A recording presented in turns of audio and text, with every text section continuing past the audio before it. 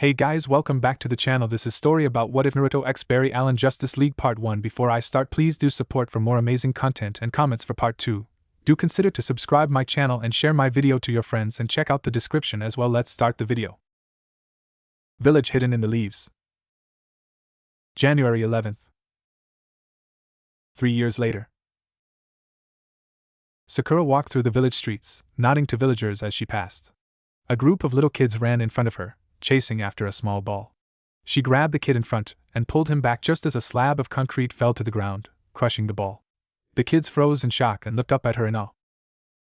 "Be careful, kids, the village is still being repaired," Sakura reminded them. "Why don't you go play in the park?" "But the swings are busted, and the slide doesn't slide," a girl complained. "Yeah, the park isn't any fun at all," a boy agreed. I know, Sakura sighed, crouching down in front of them. "But the streets are no place to play. We just went through a war and the buildings are being repaired. What would have happened if I hadn't have come when I did, We would have been crushed," the lead boy answered meekly. "Yes, go play in the park, it's safer. Besides, I'm sure there are some sticks lying around," Sakura smiled. "What are we supposed to do with sticks?" the smallest girl asked, stomping her foot in anger. "Well, you could use them in a sword fight, or pretend that they're staffs or eskrima sticks. All it takes is a little imagination," Sakura smiled. "That's a great idea," the boys gasped. "I call being the captured princess," a young girl declared. "We'll be your royal knights and we'll get you back," a boy smiled. "Tell your parents where you're heading first, alright," Sakura smiled. "K." The kids laughed, running off to their parents. Sakura smiled to herself and stood up, dusting off her clothes. She began humming and ended up in her small apartment. The room was filled with boxes, and nearly everything was packed up. Sakura smiled and her face lit up when she saw the boxes. She closed the door behind her and entered the kitchen, looking through the little remaining food she had in her possession. She finally decided to grab a protein bar and ate it quickly, throwing the wrapper in the trash can. There was a knock on her door and the Pinkette ran to the portal and opened it, frowning when she saw who was at the door. "What do you want, Sasuke?" Sakura huffed, leaning against her doorway. The Uchiha was in front of her, a small bundle of flowers in his hand. "What, I can't come by to say hi and thank you for saving my life?" Sasuke asked, stepping around her. Sakura glared at him and closed the door behind her. "I'm a medic, Sasuke, it's kind of my job," Sakura grumbled, crossing her arms. "Yeah, but I was your enemy," Sasuke pointed out. "But you are still my teammate. Once a member of Team 7, always a member of Team 7. That's the promise we made each other when we were with Batman," Sakura sighed. "What's with the boxes?" Sasuke asked. "I'm moving," Sakura answered. "Where?" the Uchiha questioned. "That's none of your business, now get out of my house," Sakura ordered, pointing to the door. "Sakura, what happened?" Sasuke asked. "You left," Sakura shouted. "And I moved on. Now leave." "Why? Why have you given up?" Sasuke asked. "I don't even know what I did wrong. Can't you at least tell me?" "Fine, I'll tell you, while you leave," Sakura answered, opening the door. "I tried to get you to stay, I begged and I pleaded. I told you that I loved you. You knocked me out, placed me on a bench and left. And when Naruto went after you, you nearly killed him. That is what you did. No, please, just go so I can finish packing." "Say hello to Grayson for me," Sasuke muttered, leaving the house. "I will," Sakura grumbled, closing the door behind him. She sighed and rubbed her head. "I could use a hot shower. What do you think, Sherry? Actually, a bubble bath does sound better." "Good idea." Sakura rubbed the towel through her hair as she walked through her empty apartment. She hummed to herself and sat down on her couch, turning on the TV. The Pinkette was wearing a loose pink tank top and some sweatpants. She had a container of ice cream in her hand and was eating straight from it. "What?" the Pinkette scoffed, staring into space. "We bought the ice cream last week and the food donations won't accept frozens. We gotta get rid of it before we leave." She rolled her eyes and took another bite just as her doorbell went off. Sakura sighed and set the small tub of ice cream down, going to the door. She pulled it open and was met with a boy a few years older than her. Sakura leaned against the door frame and glared at him. The boy had shaggy white hair that brushed his chin. His bangs were held together with ribbons. He had pale skin and bright yellow eyes. He wore a loose, long-sleeved shirt and simple jeans. A jacket was tied around his waist. What do you want, Hiroki? I'm still trying to get ready to leave soon. Yes, that's why you're sitting around, watching TV and eating a tub of ice cream, Hiroki laughed, entering the house. Look, I'm tired of people barging into my house without permission. Now leave before I toss you out the window, Sakura ordered. No can do, Hiroki shook his head, looking around at the bare walls. Here on business. Ever notice how impersonal a house can truly be? What do you want? Sakura sighed. I just need you to sign these papers, Hiroki asked, pulling out a small stack of papers. For the last time, no, Sakura growled, opening the door. You can't leave the village until you sign these, Hiroki told her. If you do, you'll be a fugitive. I'm not going to be scared into signing some damn papers. Now get out of my house or I'll break you bones, Sakura shouted. Look, I'm just trying to help you. Do you want the ANBU to come after you once you step foot out of the village? Hiroki growled. You either leave the village with all of its secrets and become a fugitive, or you sign these and can leave in peace. Like I said, I'm not signing a damn thing, Sakura told him. Now get out of my house before I dash. Do you really want to disgrace your parents this way? Hiroki asked slowly, a smirk growing on his face. What parents? Sakura growled. My parents never gave a damn about me. It was all about Sherry. And I'm no Sherry. Now leave. Hiroki narrowed his eyes and placed the papers on her coffee table. The white-haired boy walked past her, leaving her house. Sakura looked at the papers and growled, tossing them in the trash. Wayne Manor. January 20th. Sakura took a deep breath and pressed the buzzer next to the large gates. She noticed the video camera and smiled, waving at it. State your name and business, an elderly British voice commanded. It's me, Sakura, the pinkette answered. There was a buzzing sound and the gates began to open. Sakura smiled and walked through, the automatic gates closing behind her. She walked up the long pathway, coming to the door of the manor. Before she could open the door, it opened on its own, showing Alfred. It is lovely to see you again, Mistress Sakura, Alfred smiled. Sakura gave the old butler a hug and smiled, stepping into the manor. It is good to have you back. What, has Jason been driving you guys insane that much? Sakura chuckled. I wish, Alfred sighed. What's wrong, Alfred? Sakura asked, not missing the way the butler's eyes became filled with sadness. A lot has changed since you left, Alfred simply told her. Would you like to discuss it over tea? Tea would be lovely, thank you, Sakura smiled.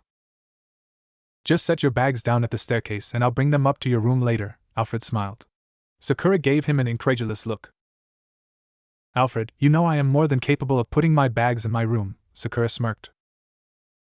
It is my job to put your bags away, Alfred stated. Do not rob an old man of his one job. All right, Sakura smiled, placing her suitcase against the railing.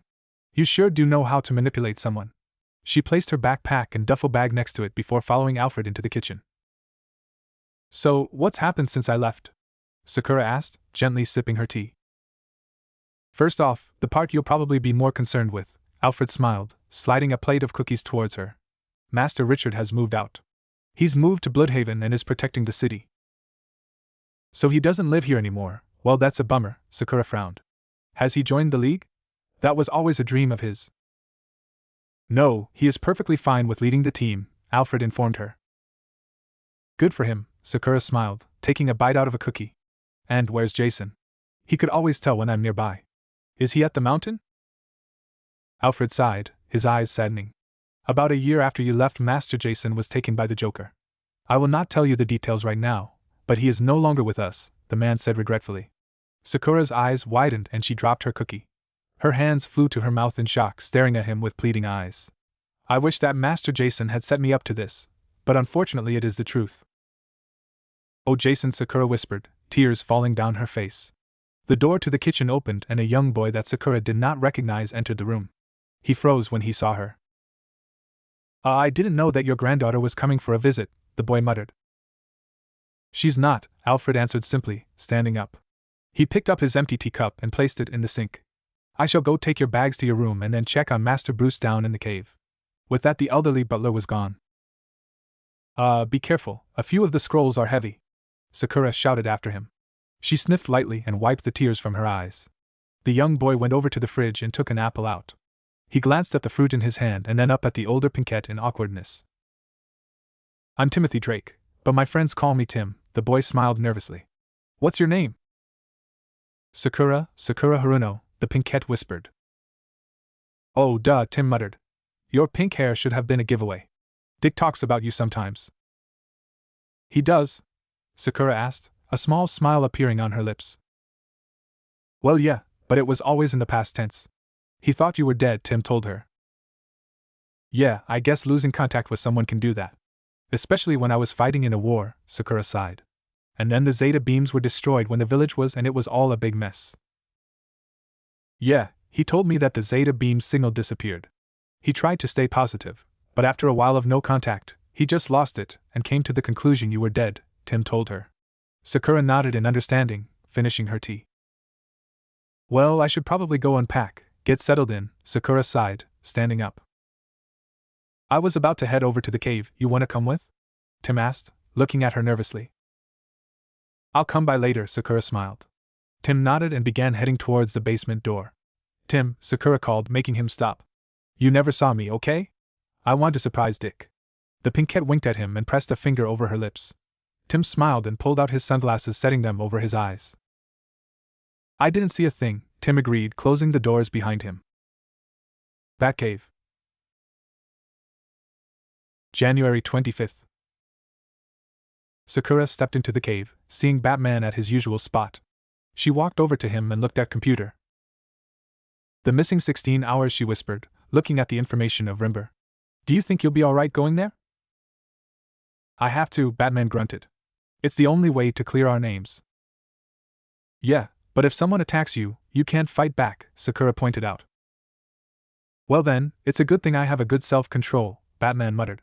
The pair stood in silence as Batman switched to cameras of Gotham. Why are you still here? What, you don't enjoy my company? Sakura smirked. No, you should be in Bloodhaven, with Nightwing. Tim is the only person that knows you're here, Batman reminded her. I wish that revealing myself was such an easy task, Sakura sighed. But you know what I would have to do once I see him. Tell him the truth, Batman told her. I was going to, but the situation is delicate, she said with a frown. I don't want to hurt him or ruin things. We leave tomorrow, Batman told her. When we do, you will come out of hiding. I'm not going to keep you hidden any longer. I know, Sakura nodded. And I appreciate that you've kept my arrival a secret for so long. I know it must be hard. Yes, well, Richard doesn't exactly live here anymore, and he tells me when he's coming, Batman told her. I promise that I'll come out of hiding tomorrow, Sakura sighed, leaning against his chair. Now I really do feel like a fugitive. You aren't, Batman assured her. You're just trapped in a situation you can't escape.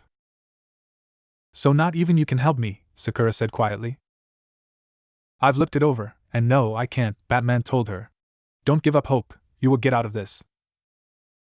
Thanks, Bruce, Sakura smiled. Well, I'm going to bed. Don't stay up too late. Batman rolled his eyes under his cowl and he glanced from camera to camera, keeping an eye out. I mean it, doctor's orders, Sakura told him, before going back up the stairs. Once she was gone, Batman allowed a small smirk to form on his face, and he continued to look at the shots of the city. Mount Justice. January 26th.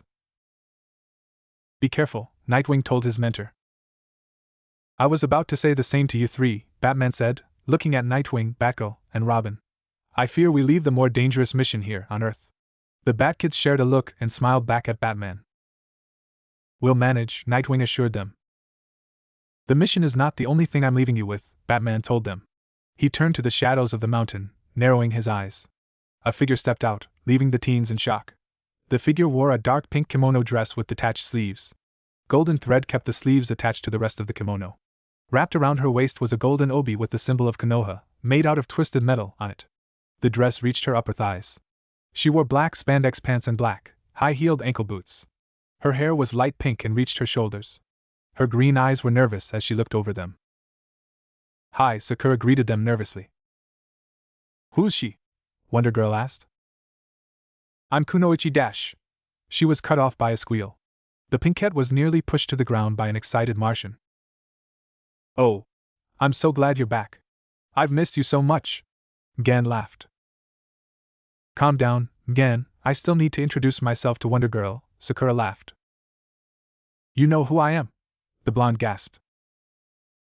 Well, yeah, I mean, the W's on the chest are kind of a tip, and the fact that you're saying goodbye to Wonder Woman, and Batman gave me the profiles of every new member of the team, Sakura added.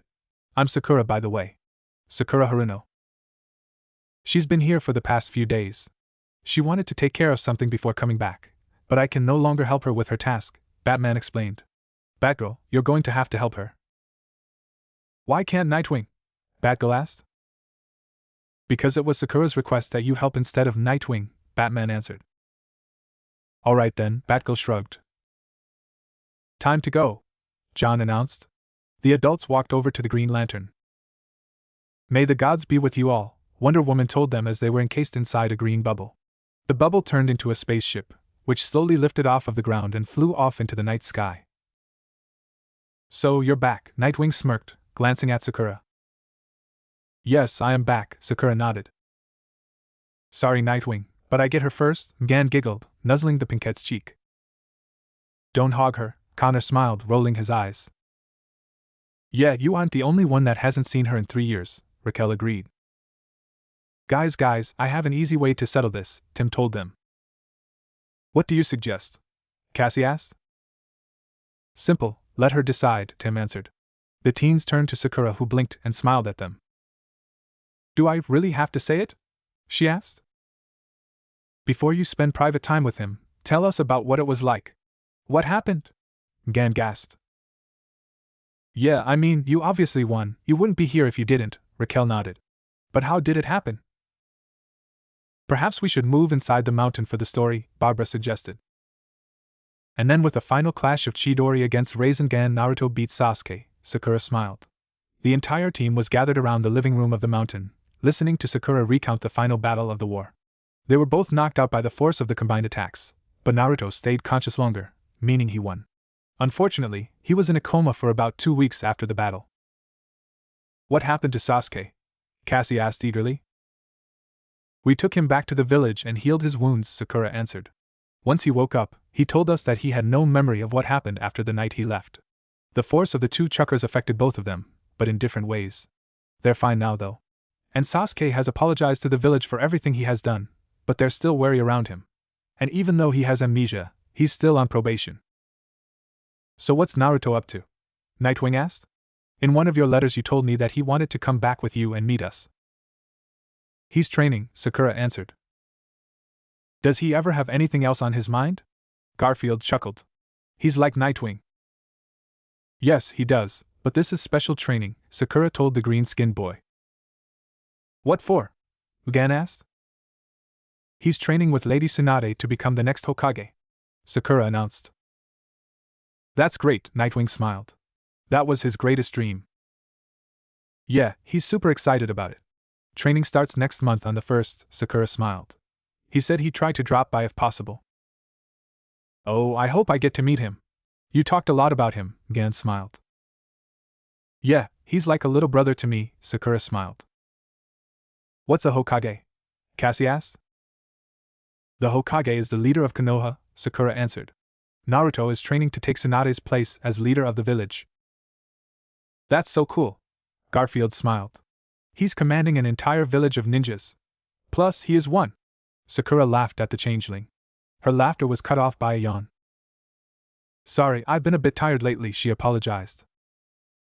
Does it have to do with this mysterious task you want my help with? Batgirl asked. Yeah, it's very stressful, and Batman and I haven't made much progress, Sakura nodded. I can help you if you want, Dick told her. No, Batgirl is all the help I'll need, Sakura told him. Alright, well, I'm heading home, Batgirl yawned. We'll get started tomorrow. See ya, Sakura said, waving goodbye. I think it's time Gar went to bed too, Gan laughed, seeing him yawn. Oh, but sis, I'm not that tired. And I want to hear more stories, Garfield complained. You can hear some more tomorrow, Gan laughed. Garfield sighed and turned into a greenhouse cat, jumping into his sister's arms. See you guys tomorrow. We should probably get going too, Nightwing nodded. Blossom and I have some catching up to do.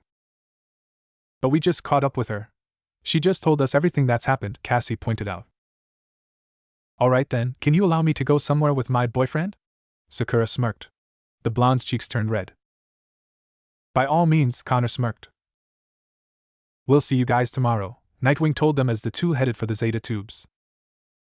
Bloodhaven. This is it, Dick sighed, letting Sakura enter his apartment. I like it, Sakura smiled. Nice and cozy. Plus, if it's only you, you don't need that much space. She turned to her boyfriend, glaring at him. It is only you, right? Only me, Dick smiled, wrapping his arms around her. Good, Sakura smiled, rubbing her nose against his. Go get changed, your suit smells. Alright, I'll be right back, Dick smiled, leaving her alone. Sakura sat down on the couch and pulled out a stack of papers, looking at them with a frown. Dick came back out to the living wearing a plain black shirt and some jeans. He walked over to Sakura and sat next to her, pulling her into his lap. That what you're going to work on with Barbara? He asked, glancing over the papers. Yeah, Sakura whispered. They're for me. Which is why I won't let you help. You're too close. But I'd double my efforts to help you, Dick assured her. He kissed her cheek and nuzzled into her neck. Dick, I'm engaged, Sakura confessed quietly. Dick stiffened underneath her, not knowing what to say. My parents died during the war. After the war was over, this guy, named Hiroki, came to me and told me that I was his fiancé. I thought he was joking, but he showed me a proof. My parents had signed a contract and arranged for us to be married when he turned 21. That was 17 years ago. And he turns 21 in July. Dick turned her around to face him. He gave her a soft kiss and smiled, pressing their foreheads together. Hey, don't worry. We'll find a way out of this, Dick smiled. We've got time, we've got plenty of time. You don't understand, Sakura whispered. Right now, I'm a fugitive. Why? Dick asked. Because this is seen as running away from a binding marriage contract, Sakura answered. It's illegal in the hidden villages. That's just the way things are. And being with you is illegal. The marriage contract states that if I leave the village to be with someone else, I'm a fugitive. It states that, exactly that, Dick asked in disbelief. Have a look for yourself, she muttered, handing it over. Hiroki said that if I signed some papers I could leave the village without being a fugitive, but the papers said I would have to marry him. And if I were to be found having romantic relations with someone else, male or female, I would be in big trouble. She sighed and leaned against his chest. I've read that thing several times, and I can't find anything against it. Wow, Dick muttered, looking it over. I don't know who this guy is, but you have to give him credit for being thorough and covering everything that might happen. It even says that if your parents were to die before the wedding, you basically belong to this guy's family. I know, Sakura groaned. Tsunade's looked it over too. The only way to get out of it is if one of us, me or Hiroki, were to die. Bruce has been helping me, but like I said, we haven't made much progress. Okay, now this guy is thoroughly annoying, Dick huffed, flipping through the pages. What was this arranged marriage for anyway? Dick asked. I mean, these things don't happen for no reason. A merger, Sakura shrugged. My parents were merchants. They came across some pretty expensive stuff. Pretty standard stuff. The merger happens and both companies share the profits, 50-50. Hiroki's family deals with repairing things, like clocks, painting, antiques, making them good as new. And my family does come across some busted stuff from time to time. It was a good deal. Thing is, this marriage merger thing was supposed to happen decades ago, but there weren't any children born within a close age range. It was supposed to be Sherry and Hiroki, but we all know what happened to her, Sakura sighed. So now I'm stuck with the guy. Don't worry, we'll fix this, I promise we will, Dick assured her, giving her a kiss. Now why can't I help? You know that I would do anything for you. If you feign ignorance, then you won't get in trouble, Sakura told him. If the elders know that you know about this contract, and are still with me, you're breaking village law as well. You could get thrown in jail, or maybe even worse. I see, Dick nodded. Then why'd you tell me? I could never keep anything from you, Sakura answered. Besides, it's better to know about this now than later. I didn't want Hiroki to come, call me his fiancé in front of you and then have you get angry with me. I love you, Dick, only you. I love you too, Dick smiled, giving her a kiss. Bloodhaven. February 13th. Sure you don't want to come? Dick asked, clipping his belt around his waist. Yeah, Sakura nodded. If what Green Arrow says is true, then I don't want to be there. Sakura sighed, placing his mask over his eyes. I don't want to see what Roy's become. I don't like it either, Dick muttered. That's why we're doing this. An intervention will be good. Dick, if he's really that deadest on the lifestyle he's chosen to live, he won't quit, Sakura whispered, placing a hand on his cheek. I know, but we still need to try, Nightwing told her. Good luck, Sakura smiled, pulling him into a chaste kiss. I'll see you later. Are you going to be fine staying here by yourself? Dick asked. I don't know how long this could take. Don't worry, I'll keep myself entertained, Sakura smiled. Besides, I'm going to watch the launch of those new Zeta shields, should be fun. Alright, Dick chuckled, giving her a kiss. I'll see you later. Bye, Nightwing, Sakura giggled. Mount Justice. We read, Doctor Strange announced. The Zeta shield relay satellites are all in place, activating satellites. Sakura watched the screen as the metal spheres began projecting a yellow energy shield. Congratulations, the Zeta shields are now operational. Absolutely historic, Gan smiled. The fish turned towards Professor Carr and Garfield. Hey Professor, you should have your cave school pupil write a term paper about this. Garfield glared at the Atlantean and slid his finger across his neck, telling him to be quiet.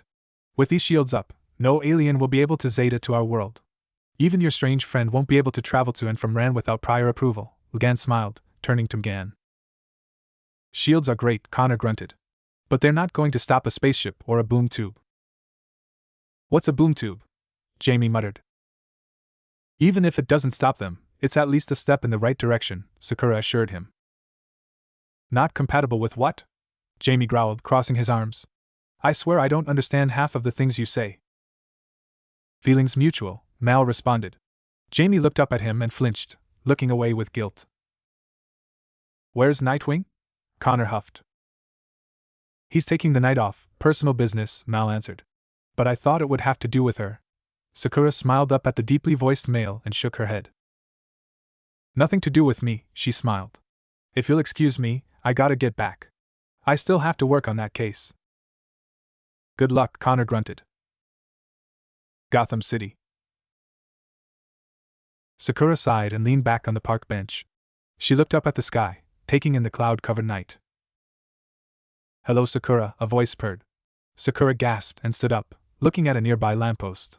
Hiroki stepped into the light, smirking at her. You know, this is very cliché in a stalker way, Sakura growled.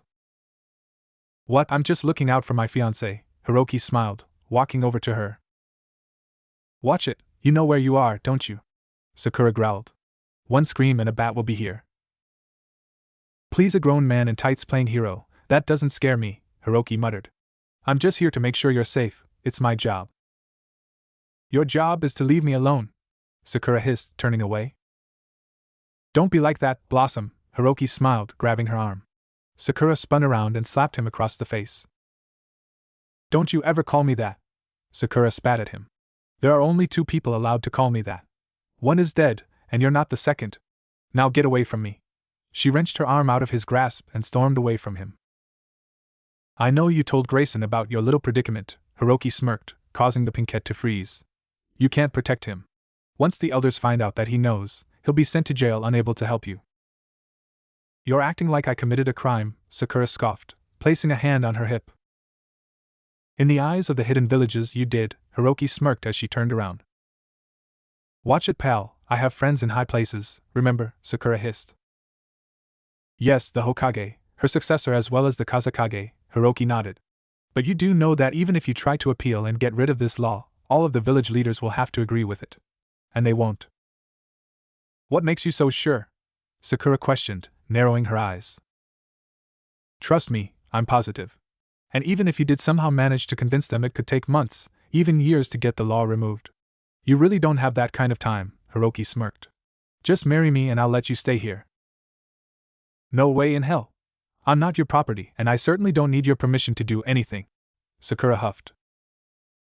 According to the marriage contract, you do, Hiroki hissed. I can get you into big trouble for leaving the village to be with Grayson. Please, that's not why I left, Sakura scoffed. I left to be with the Young Justice team. Because I promised that I would return and fight with them. That's why I'm here. I'm not here because of Dick, I'm here because of my friends. So, you're saying that you're going to break up with him? Hiroki smirked. Of course not, Sakura rolled her eyes. Then you did come back here for him, Hiroki told her. Or he was just a bonus.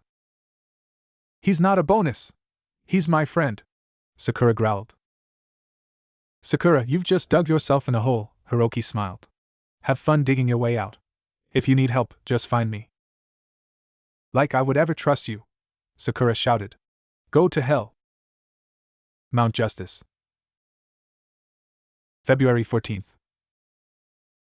Happy Valentine's Day, Gan smiled as Kunoichi entered the kitchen. Yev day woohoo, Sakura muttered, opening the cupboards.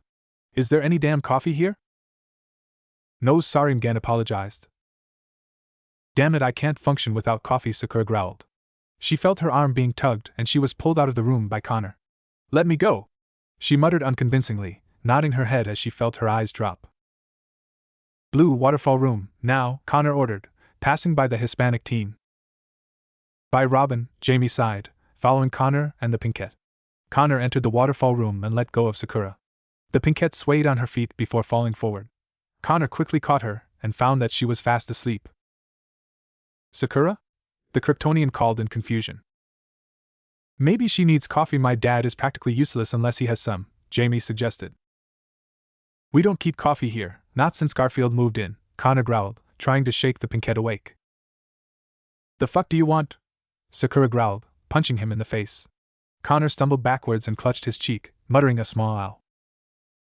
You okay? Jamie asked, trying to steady the girl. I just want some damn coffee, Sakura growled, sitting down. Will some chocolate suffice for now? Jamie asked, taking a chocolate bar out of his pocket.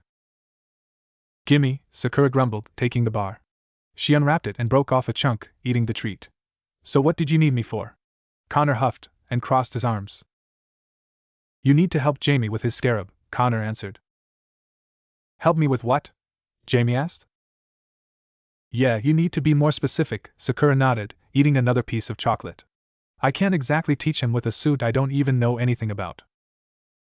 His scarab talks to him, you figure what you should teach him, Connor huffed, leaving the room. How can you help with that? Jamie asked, watching her eat the last of the chocolate. Simple, my older sister's soul is trapped in my body. To put it in easier terms, she's basically my scarab, Sakura answered. I guess I can train you with how to have a little more control over it. But that will start when I get back, Sakura answered, standing up. That chocolate will only last about an hour. I need coffee. Wait, you can really help me? Jamie asked in shock as she left. Duh, why do you think I didn't get the strange looks you got? Sakura answered. People knew about my sister. I can answer her in my head, but sometimes I just don't feel like it. I did wonder why you never got weird looks, Jamie nodded. See you soon for training, Jamie, Sakura waved, walking through the Zeta tube. Wait, what are we going to be doing? Dash. Recognized Kunoichi. Exactly, Jamie trailed off as she was already gone. Great, he glared over his shoulder and growled. Will you just shut up? Kurak. February 19th. Investigating the origin of the bomb that destroyed the Krolodian invasion force is still a top priority, Nightwing told the girls. The girls were on the bioship, heading towards Byalia, while Nightwing was debriefing them from the cave. We suspect that the bomb may have been smuggled to Earth by means of a boom tube. The Watchtower sensor scans detected that Byalia has had an increase in boom tube activity.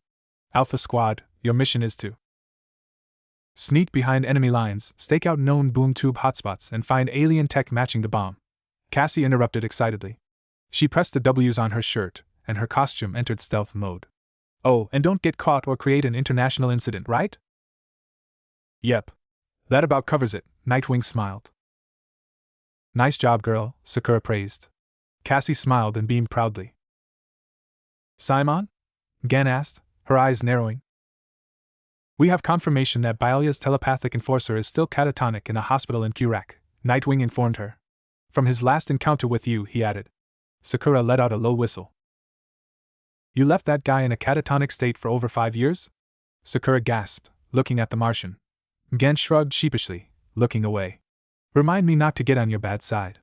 Nightwing cleared his throat and Sakura turned around, smiling nervously. Sorry, birdie, first time out in a while. Continue, she chuckled weakly. Nightwing smirked, and the girls could tell that he rolled his eyes under his mask. Bialia's dictator Queen Bee is another story, he said, snapping back into serious mode. Her ability to control all men is the reason why Alpha Squad is an all-female squad for this mission. Sakura and Barbara glanced at each other with knowing smirks and looked back at him. Is that so? Sakura hummed, leaning forward with a devilish smirk. Tell me, would you have felt the need to justify an all-male squad for a given mission? Barbara smirked. The other girls blinked before glaring at him. Nightwing's jaw dropped a little and he looked away nervously. There's no right answer for that, is there? Nightwing stuttered, trying to regain his train of thought. No, there isn't, Barbara smiled. You are in so much trouble when I get back, Sakura laughed. And Nightwing out, he said, quickly cutting off the transmission. Queen Bee isn't the only woman that knows how to mess with a man's mind, Barbara boasted. The other girls laughed and Barbara soon joined in, creating a light and airy atmosphere. But I wasn't kidding, Sakura commented. He will be in trouble once we get back. What are you going to do? Karen asked. Simple, I'm going to have him on his knees begging for forgiveness, Sakura smirked. That I gotta see, Barbara laughed. You might not want to, Sakura smirked. My method might be unsuitable for viewing audiences. Wow, you are a pervert, Barbara laughed. Bialia. February 20th. The girls looked over the ridge of the sand dune, observing the base. All the other boom tube hotspots have been busts, but this much security must be protecting some big deal alien stuff, right? Wonder Girl asked, interrupting Batgirl. We don't know that for sure, but it is a pretty safe bet, Kunoichi told her. Our job is to find out why there's so much security, Miss Martian stated. Batgirl, you take the south hangar, I'll take the north, the middle. Kunoichi, choose whichever you'd like. I'll go with Batgirl, Kunoichi answered. Bats gotta stick together. All right, Wonder Girl, you hold position, Miss Martian ordered. What? Wonder Girl gasped through the mind link. Why can't I go in? Because you're Wonder Girl, Honey Bee answered. If you were Stealther Girl, then you could go in. But I can do this, Wonder Girl insisted. No one is denying your enthusiasm, Cass, but we need to be quiet. If we were in a firefight, there's no one I'd rather have beside me, Batgirl told her. But we're trying to avoid a fight, and we need a lookout, Miss Martian said. Use the psychic link at all time. The Bialians have the tech to intercept our radios. If all goes wrong, we scatter and meet at the rendezvous point. Clear? Clear. Batgirl, Kunoichi, and Bumblebee nodded. The four looked at Wonder Girl, who sighed. Clear, she whispered. With that, the four girls left silently. Oh. I mean clear. Sakura looked over at Batgirl and smirked, knowing that Wonder Girl had just noticed they were gone. The two girls ducked behind a few barrels. Kunoichi, Batgirl whispered, tugging on her own suit. Sakura looked down and noticed that her costume was still colorful. She pressed the metal insignia on her obi and the dark pink turned black while the gold obi and strings became gray. The rope that held the metal insignia turned to a darker red. Let's go, Sakura ordered, placing her hands on the wall. Batgirl nodded and took out her grappling hook, shooting it over the top of the building. While the redhead used the hook to run up the wall, Sakura pumped chakra into her feet and ran up silently. The two touched down on the roof at the same time. While Batgirl put away her grappling hook, Sakura took the cover off of a protruding vent. The two girls climbed into the vent and crawled downwards into the warehouse, with Batgirl in the lead. The two girls froze in the vents as they heard an alarm going off. Miss Martian? What's going on? Kunoichi asked, only to get no response. I can't contact Miss Martian, both girls told the other. They blinked before chuckling lightly. I guess bats really do think alike, Batgirl smiled. Yeah, now we just have to figure out what's going on, Kunoichi sighed, crawling forward. There was a small gasp and the pinkhead blinked, trying to look over Batgirl's shoulder. Girl, you look like turkey stuffing on Thanksgiving, Bumblebee laughed quietly. The ninja snorted, trying to stifle her laughter. Thank you, that's very helpful, Batgirl grumbled. So this was y'all's escape route? Bumblebee asked in disbelief, gesturing to the cramped vent. No, we were already in here when the alarm went off and the link came down, Batgirl huffed. What happened? Kunoichi asked. No idea. We should get to the rendezvous point and find out. But we can't go through the hangars, they're sealed up tight, B sighed. Batgirl grunted and reached into her utility belt, slowly and painfully bringing a device in front of her. I've scanned the air shafts. They connect all 3 hangars together, but they also seem to connect to a large chamber 20 meters below us, Batgirl told them. Well then, let's go, Kunoichi muttered. He flew out of the vent and looked around before giving the 2 girls the go-ahead. Kunoichi flipped out of the air shaft. They stepped up and took in the large chamber. It looked like an ancient chamber used for rituals. There were hieroglyphics on the wall, crumbled pillars. Along one wall was a few high-tech computers with Bialian soldiers stationed there. Can you say Temple of Doom? B muttered in awe. This place must be thousands of years old. What do you make of it? It reminds me of the extraction chamber that the Akatsuki used to take demons out of their host bodies, the Pinkette whispered. What do you think, Batgirl? B asked, gaining no response. She's already gone, Kunoichi told the bee. The shinobi scaled the rocky walls and hid herself among the stalactite.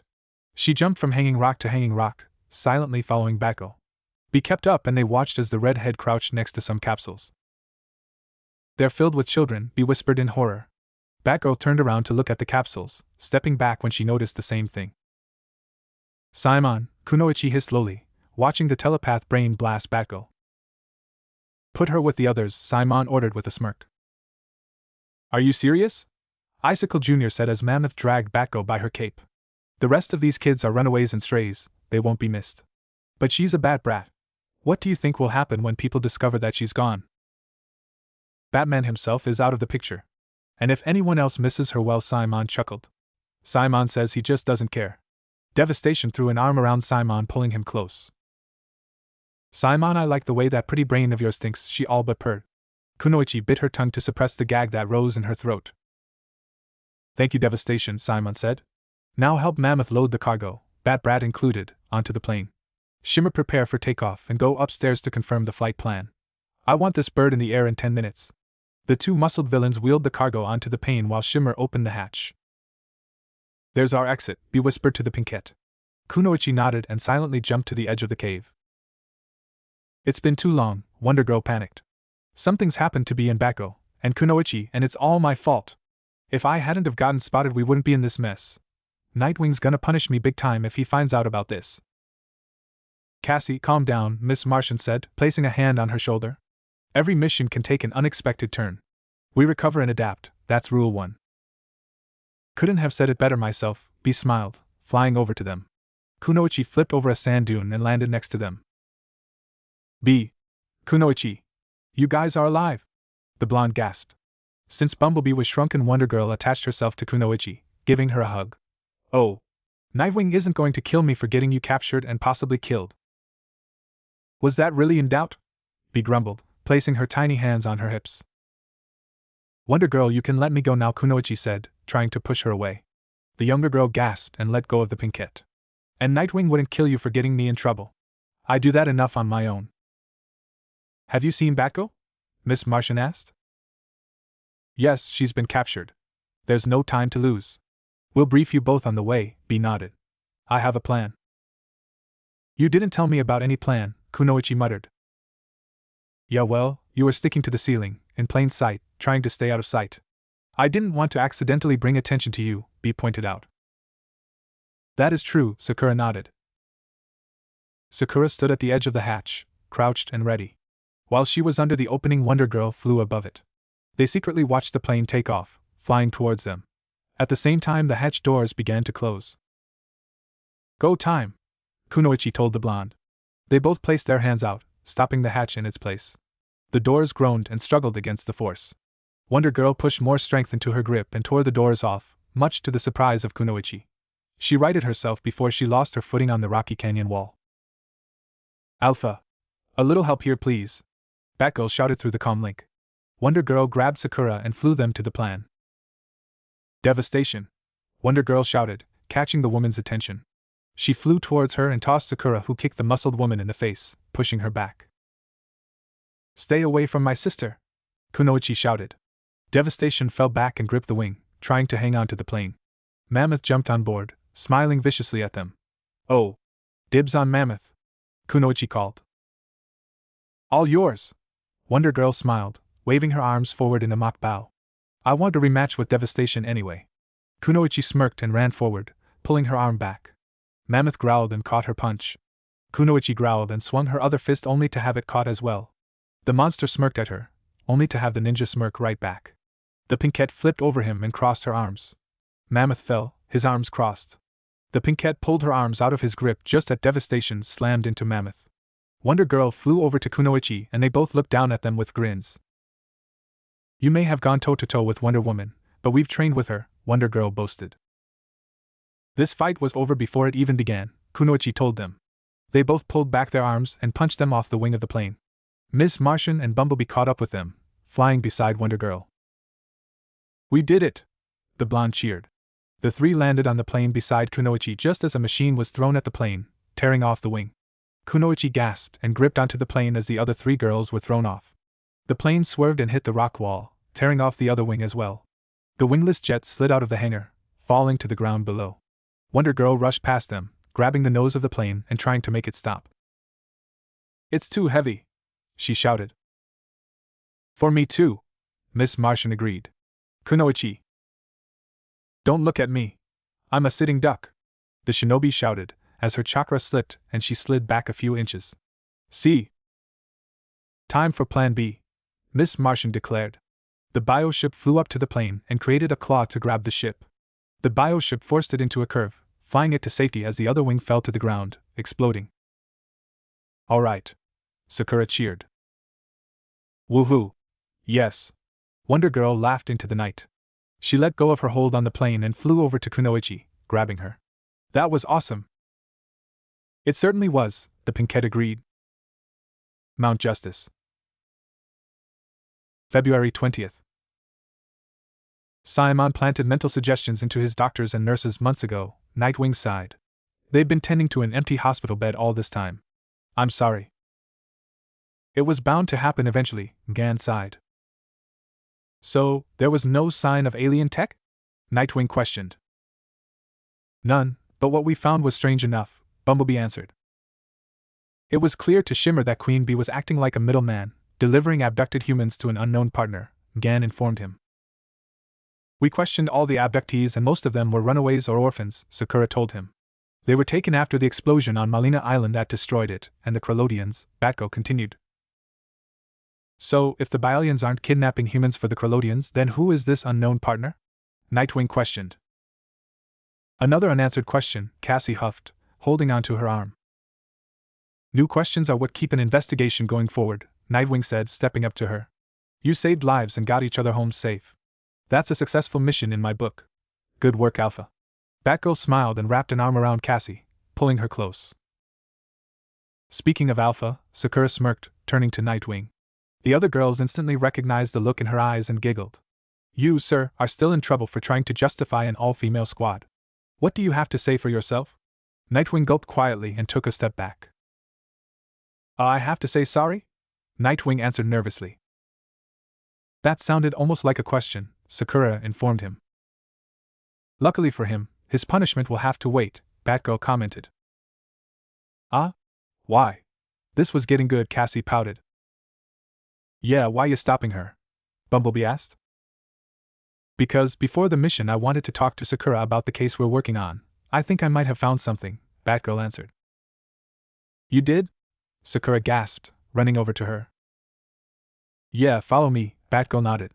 The Pinkette followed the redhead to the Zeta beams. Recognized Batgirl. Recognized Kunoichi. Batcave. So, what did you find?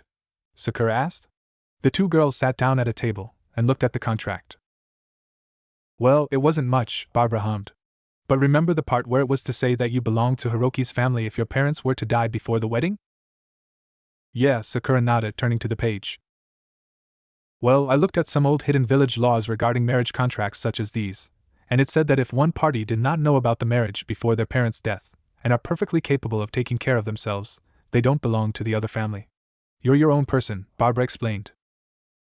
Well, it isn't much, but it's something. At least now I can get them off my back, Sakura sighed, flipping through it.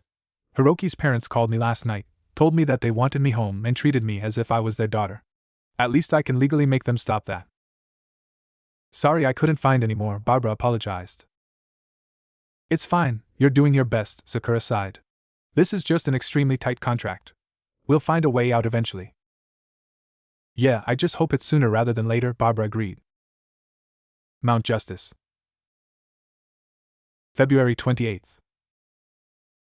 Robin, Garfield, and Sakura walked towards the mission room. They saw Nightwing working on something that they couldn't quite make out. Decryption completed. Translation completed. Is that the Krolodian intel? Robin asked. What Krolodian intel? Garfield questioned. The data files that Mgan and John recovered from Malina Island before it was destroyed, Nightwing answered.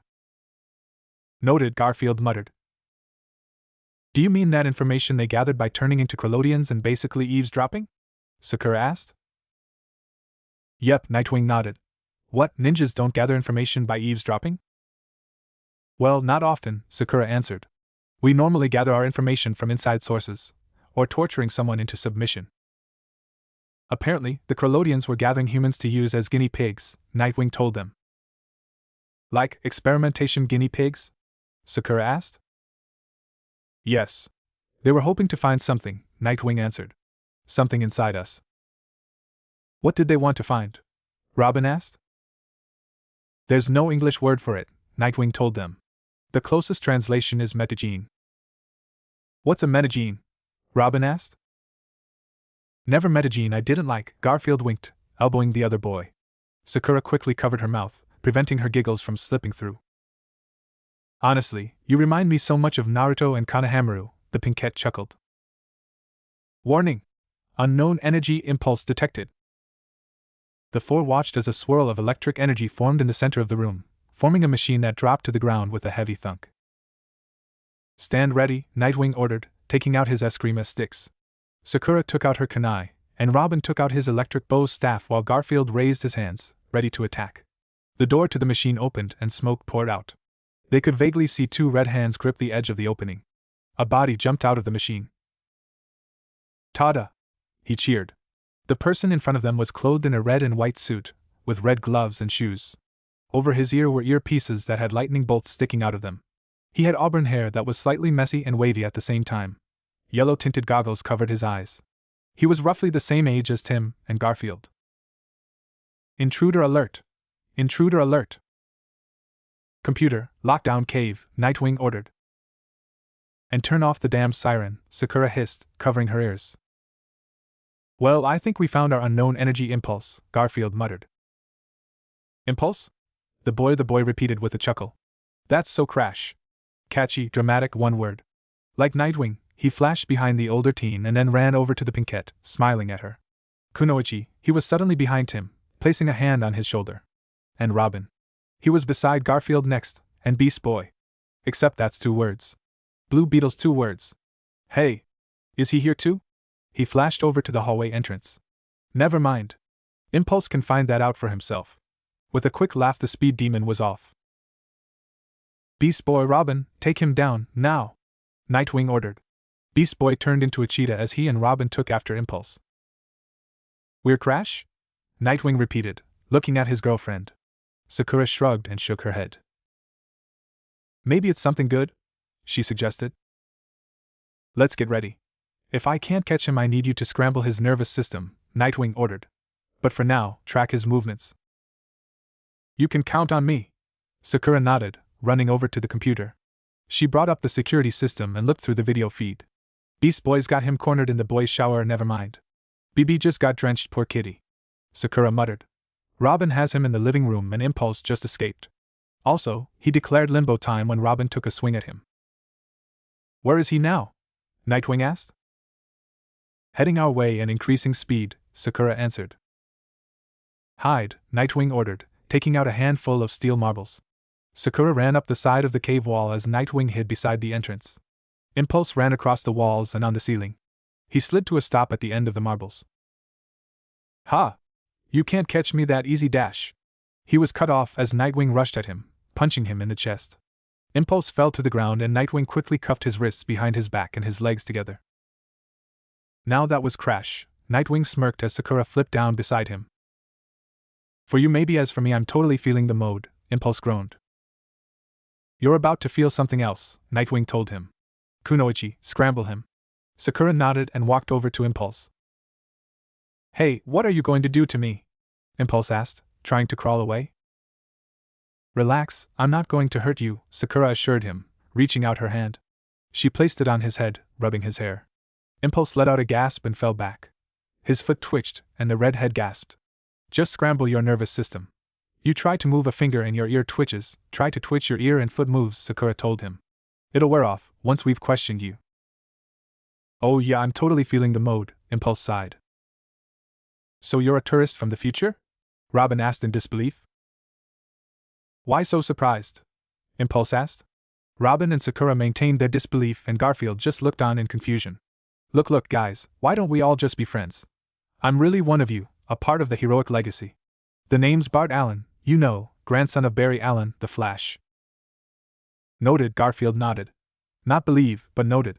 He smirked and crossed his arms as his monkey tail swung behind him playfully. What's not to believe? Impulse asked. I've clearly got Flash's speed, his amazing good looks. Frankly, I can't wait to meet him, you know, back in his prime.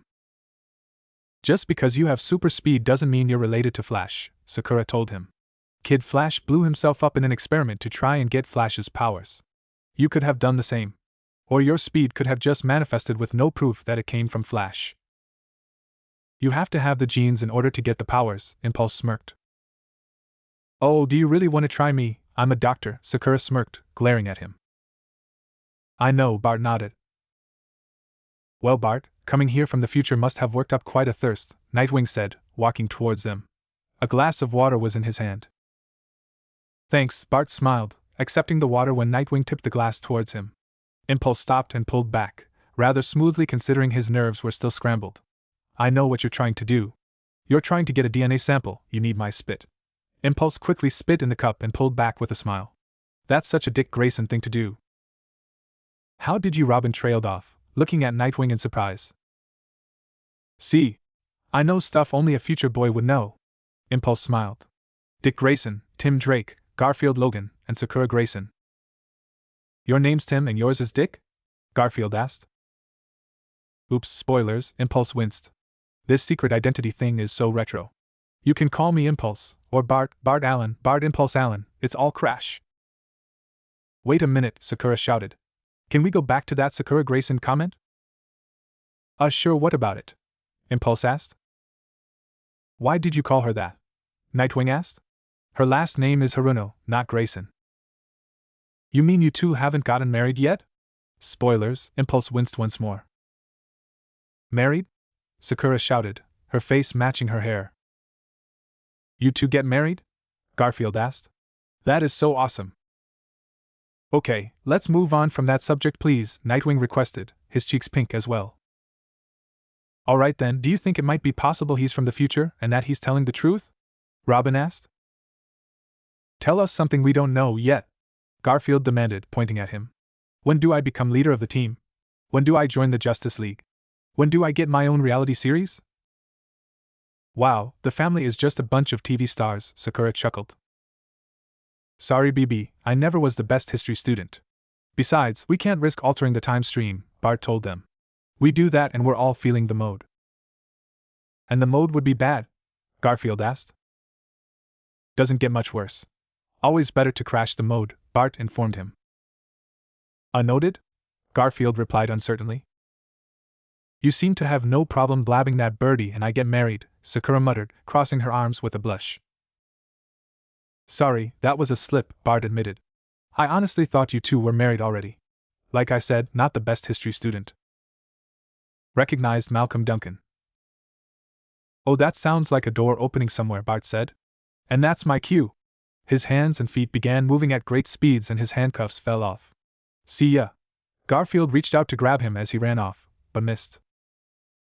He vibrated his molecules right through the handcuffs, and his nervous system is back to normal. Sakura gasped. Don't worry. The Paragon Falcon is the world's fastest bird, Garfield assured them. He quickly turned into a green bird and flew off. Doesn't stand a chance, does he? Tim sighed, taking the glass of water. Nope, Impulse is too fast, Nightwing sighed, pulling up a holoscreen. But at least we can track him. You planted a tracer? Sakura asked. Dick, it'll fall off at his speed, Tim told him. It won't, he drank it, Nightwing smirked. Robin's eyes widened under his mask and he held up the glass of water for him and Kunoichi. Subcutaneous micro-tracker in the water, nice, Tim smiled. Thanks, Nightwing said. It looks like he's making a beeline for Central City. He held up his phone and pressed a button. Hey, I need your help. There's a speedster heading straight for Central City. He says he's the grandson of Barry. Alright, bye. He hung up. Kid Flash is on his way. He pressed a button on the holoscreen and a screen appeared with an image of the Flash. Barry Allen? Barry, there's an impulse coming your way, Nightwing told him. What kind of impulse? A speedster, Nightwing answered. Another speedster, Barry confirmed. He says he's your grandson, Nightwing told him. My what? Barry asked. Your grandson, another voice answered. The three identified it as Bart's and the line went dead. Well, hopefully they can handle it, Nightwing huffed. Do you mind telling me why some kid I don't even know greeted me, with Beast Boy chasing after him? Mal asked as he entered the mission room. It's a long story, but I'm sure Nightwing will be able to fill you in, Sakura told him, heading for the Zeta tubes. Nightwing ran over to her before she could enter. Where are you going? He whispered. I need to go somewhere, Sakura answered just as quietly. Is what Impulse said bothering you? He asked. No, just the opposite, Sakura confessed, her cheeks becoming pink once more. Ever since we started dating, I truly couldn't imagine myself with anybody else. And then Hiroki showed up saying that I was his fiancé, and I didn't have a choice. I wasn't just mad, I was crushed. Now here's this kid from the future saying we're married, Sakura smiled. I have to get back to the Batcave and demolish this contract. Don't you want that too? Sakura asked. Of course I do, Nightwing smiled, brushing a strand of hair out of her face. I was happy when he said that too. I would love for that to be our future. Nightwing assured her. He pressed his lips against hers, wrapping his arms around her waist. Sakura smiled into the kiss and wrapped his arms around her neck. Good luck, Nightwing whispered, rubbing their noses together. Thanks, Sakura smiled. She let go of him and quickly entered the transporter. Recognized Kunoichi. Nightwing heard a throat clear behind him, and he turned around seeing Mal and Tim with smug smirks. So you two are going to get married, huh? Mal chuckled. Robin! Nightwing shouted. Hey, I just took the liberty of explaining things, Robin shrugged with a smirk. And in true Bat fashion, I didn't leave out any details. Robin, you are in a lot of trouble, Nightwing growled. Batcave. Wait a minute, so this kid from the future showed up at the cave and let it slip that you and Dick are going to get married? Barbara asked. Yes, that's why I've decided to renew my efforts. We really have to find a way to break this contract now, Sakura nodded. And since Bart said that we get married, that must mean that we find a way to save me. I don't know, there are several possibilities, Barbara reminded her. Hiroki dies, you two end up getting a divorce, and Dick's actually your second husband. There are several scenarios. I know that, but I want it to be this one, Sakura told her.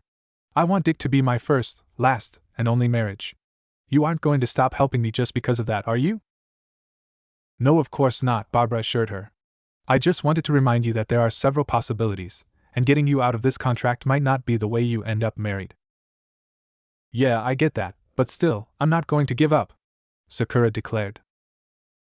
I'm not going to give up either, Barbara smiled. Thanks, Babs, Sakura whispered. It's my pleasure, Sakura. Mount Justice. February 30th. Bart, Sakura called, seeing the speedster. Yeah? The redhead asked. I'm sorry you couldn't return home, Sakura apologized. No big deal. I'll live, Bart shrugged. Hey, I might even get to see myself grow up. And my parents, how many kids get to do that? Not many, Sakura laughed. Bart, I just want to ask you something. Sorry, I can't give away spoilers, Bart told her. I know, I just want to know if you were telling the truth, Sakura told him. Do I really marry Nightwing? Yeah, you totally do. I've seen a few pictures, Bart nodded. He was caught off guard when Sakura hugged him. Thank you, she whispered. For what? Bart asked in confusion. Sakura pulled back with a smile. Right now, I'm engaged to somebody that I really don't like. I'm being forced into a marriage I want no part of. And I haven't been able to find a way out of it yet, Sakura told him. Telling me that I'm going to marry Nightwing, that was the best news I could have ever gotten right now. It gave me so much hope. Oh, well then, Crash. Bart smiled. I'm so happy I could help you like that. I am too, Sakura giggled, kissing his cheek. Thanks again. She laughed, leaving him alone in the hallway. Bart's cheeks were bright pink, and he mumbled out a reply. That was so Crash. He cheered. Man, I've never experienced such heat before, Barbara groaned. Yes, it is a bit hot, but it's not that bad, Sakura smiled. How do we even know if we're going in the right direction? Barbara asked. I've traveled here dozens of times, we're on the right track, Sakura smiled. A few minutes passed in silence. Look, there it is! The Pinkette gasped, pointing at the giant wall ahead. Village hidden in the sand. March 13th. All right. Barbara cheered. The two continued forward, their step quickening.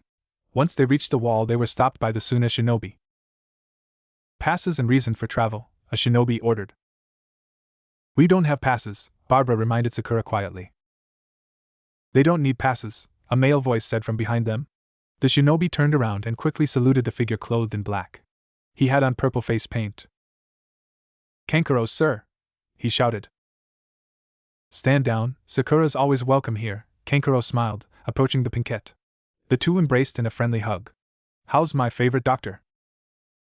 I'd be better if the circumstances of our visit were different, Sakura admitted. But first, introductions are in order.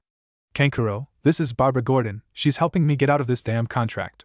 Barbara, this is Kankuro, an old friend, an older brother to Gaara, the village leader. Pleasure to meet you, Barbara held out her head. Kankuro blinked before grabbing it and shaking it.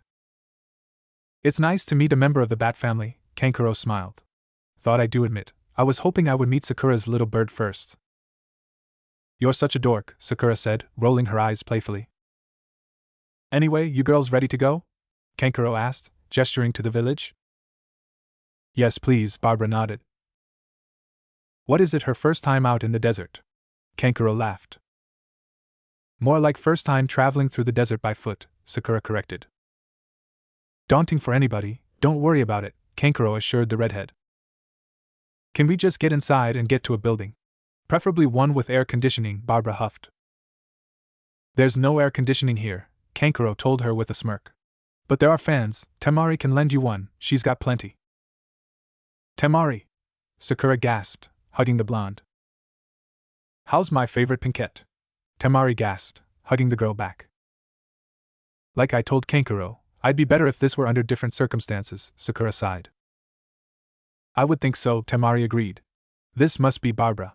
Nice to meet you, I'm Temari, older sister to both Gaara and Kankuro. The fan wielder bowed and Barbara bowed back. Nice to meet you too, Barbara bowed. How about lunch? Temari asked. That would be great, Barbara smiled. If you buy, Sakura added. I guess my latest cooking attempt has gotten back to you, huh? Temari muttered, rubbing the back of her neck. I heard it was a purple blob that glowed, had legs, eyes and teeth, Sakura answered. Yeah, who knew making a peanut butter and jelly sandwich could go so wrong? Temari chuckled. So I'll buy lunch and leave you two to your mission. Let's see, it should be around here somewhere, Barbara muttered, looking at the directions from the map. Looks like Suna remodeled after the war, Sakura commented. That's good, but now I don't know my way around. I'm just as lost as you. Wait, the name of the place was the Desert Desserts, right? Barbara asked. Yeah, Sakura nodded. Then we found it, Barbara smirked, pointing to the bakery a few buildings away. The two ran forward and opened the door to the bakery, a bell ringing above them. Welcome to Desert Desserts, how may I help you? A young woman asked from behind the kitchen. We're looking for Suki, have you seen her? Sakura asked. She's in the kitchen, is there something you need her for? The woman asked. We're here to ask her for some help, Barbara answered. You must be the ones that called a few days ago about the marriage contract help, the girl smiled. Right this way. She pulled up the countertop and allowed the two girls to pass.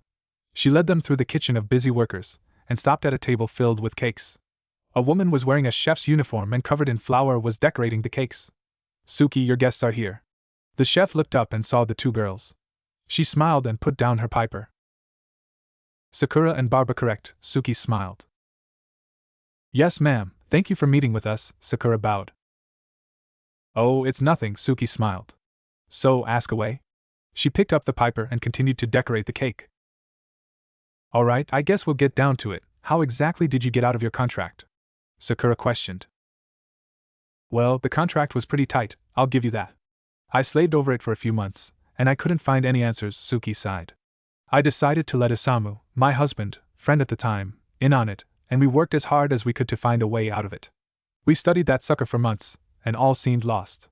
It had been a year since I was given the papers and we were just about to give up. We read it over a few more times and that's when it hit us. Isamu thought it was a crazy idea, and I did too, but we both agreed that it might be crazy enough to work. What was your idea? Barbara asked. To get married, of course, Suki smiled. But not to the weasel that I was forced to Isamu, who, while we were working on the contract, I had fallen in love with. The contract said nothing about what would happen if I were to be married before this forced wedding date came. Dai tried to appeal to the Kazekage, saying that Isamu and I didn't really love each other, and we probably wouldn't last that long. Dai told them that it was all fake, a plan to get me out of the marriage contract. They were right that it was a plan, but Isamu and I have lasted 11 years, about to be 12. I even gave birth to a beautiful girl. She died when the village was attacked in the war, and not even that broke us apart. And Dai even found a woman that he truly loved, so the marriage contract was dropped. Great, that's just great, Sakura groaned. Sakura, why are you taking this badly? Barbara asked. I mean, you and Dick both want to be together forever. I bet I can find proof that you two were made just for each other, and nobody else. Why can't you marry him? Darling, what's wrong? Suki asked, noticing Sakura's frown. I want to marry Dick, I really do, but I don't want it to be because we were basically forced to do it, Sakura told them. I don't want it to be because there was no choice. I want to get out of this contract, and then have a romantic evening where he proposes, and then we spend a few months to a year planning the wedding, things like that. A marriage is supposed to be a magical and sacred event filled with love and happiness. We may be in love, but if I don't want to be forced into it. Sweetie, I understand your feelings, Suki told her, setting down her decorating tools. She wrapped an arm around the Pinkette's shoulders and pulled her into a hug. I had the same thoughts when Isamu suggested it. But I realized that I would rather be married to a man I actually loved than one I didn't. I admit that I did wish I got to go through the normal wedding things, but I'm glad I did it. Thank you for your help, Barbara smiled. Yeah, thanks, it really helped, Sakura nodded. Anytime, Suki smiled. Now, if you need anything, feel free to come back or give me a call. We'll be sure to do that, Sakura told her. Good, now, would you like to take a cake home with you? Maybe you can give it to Dick, Suki suggested.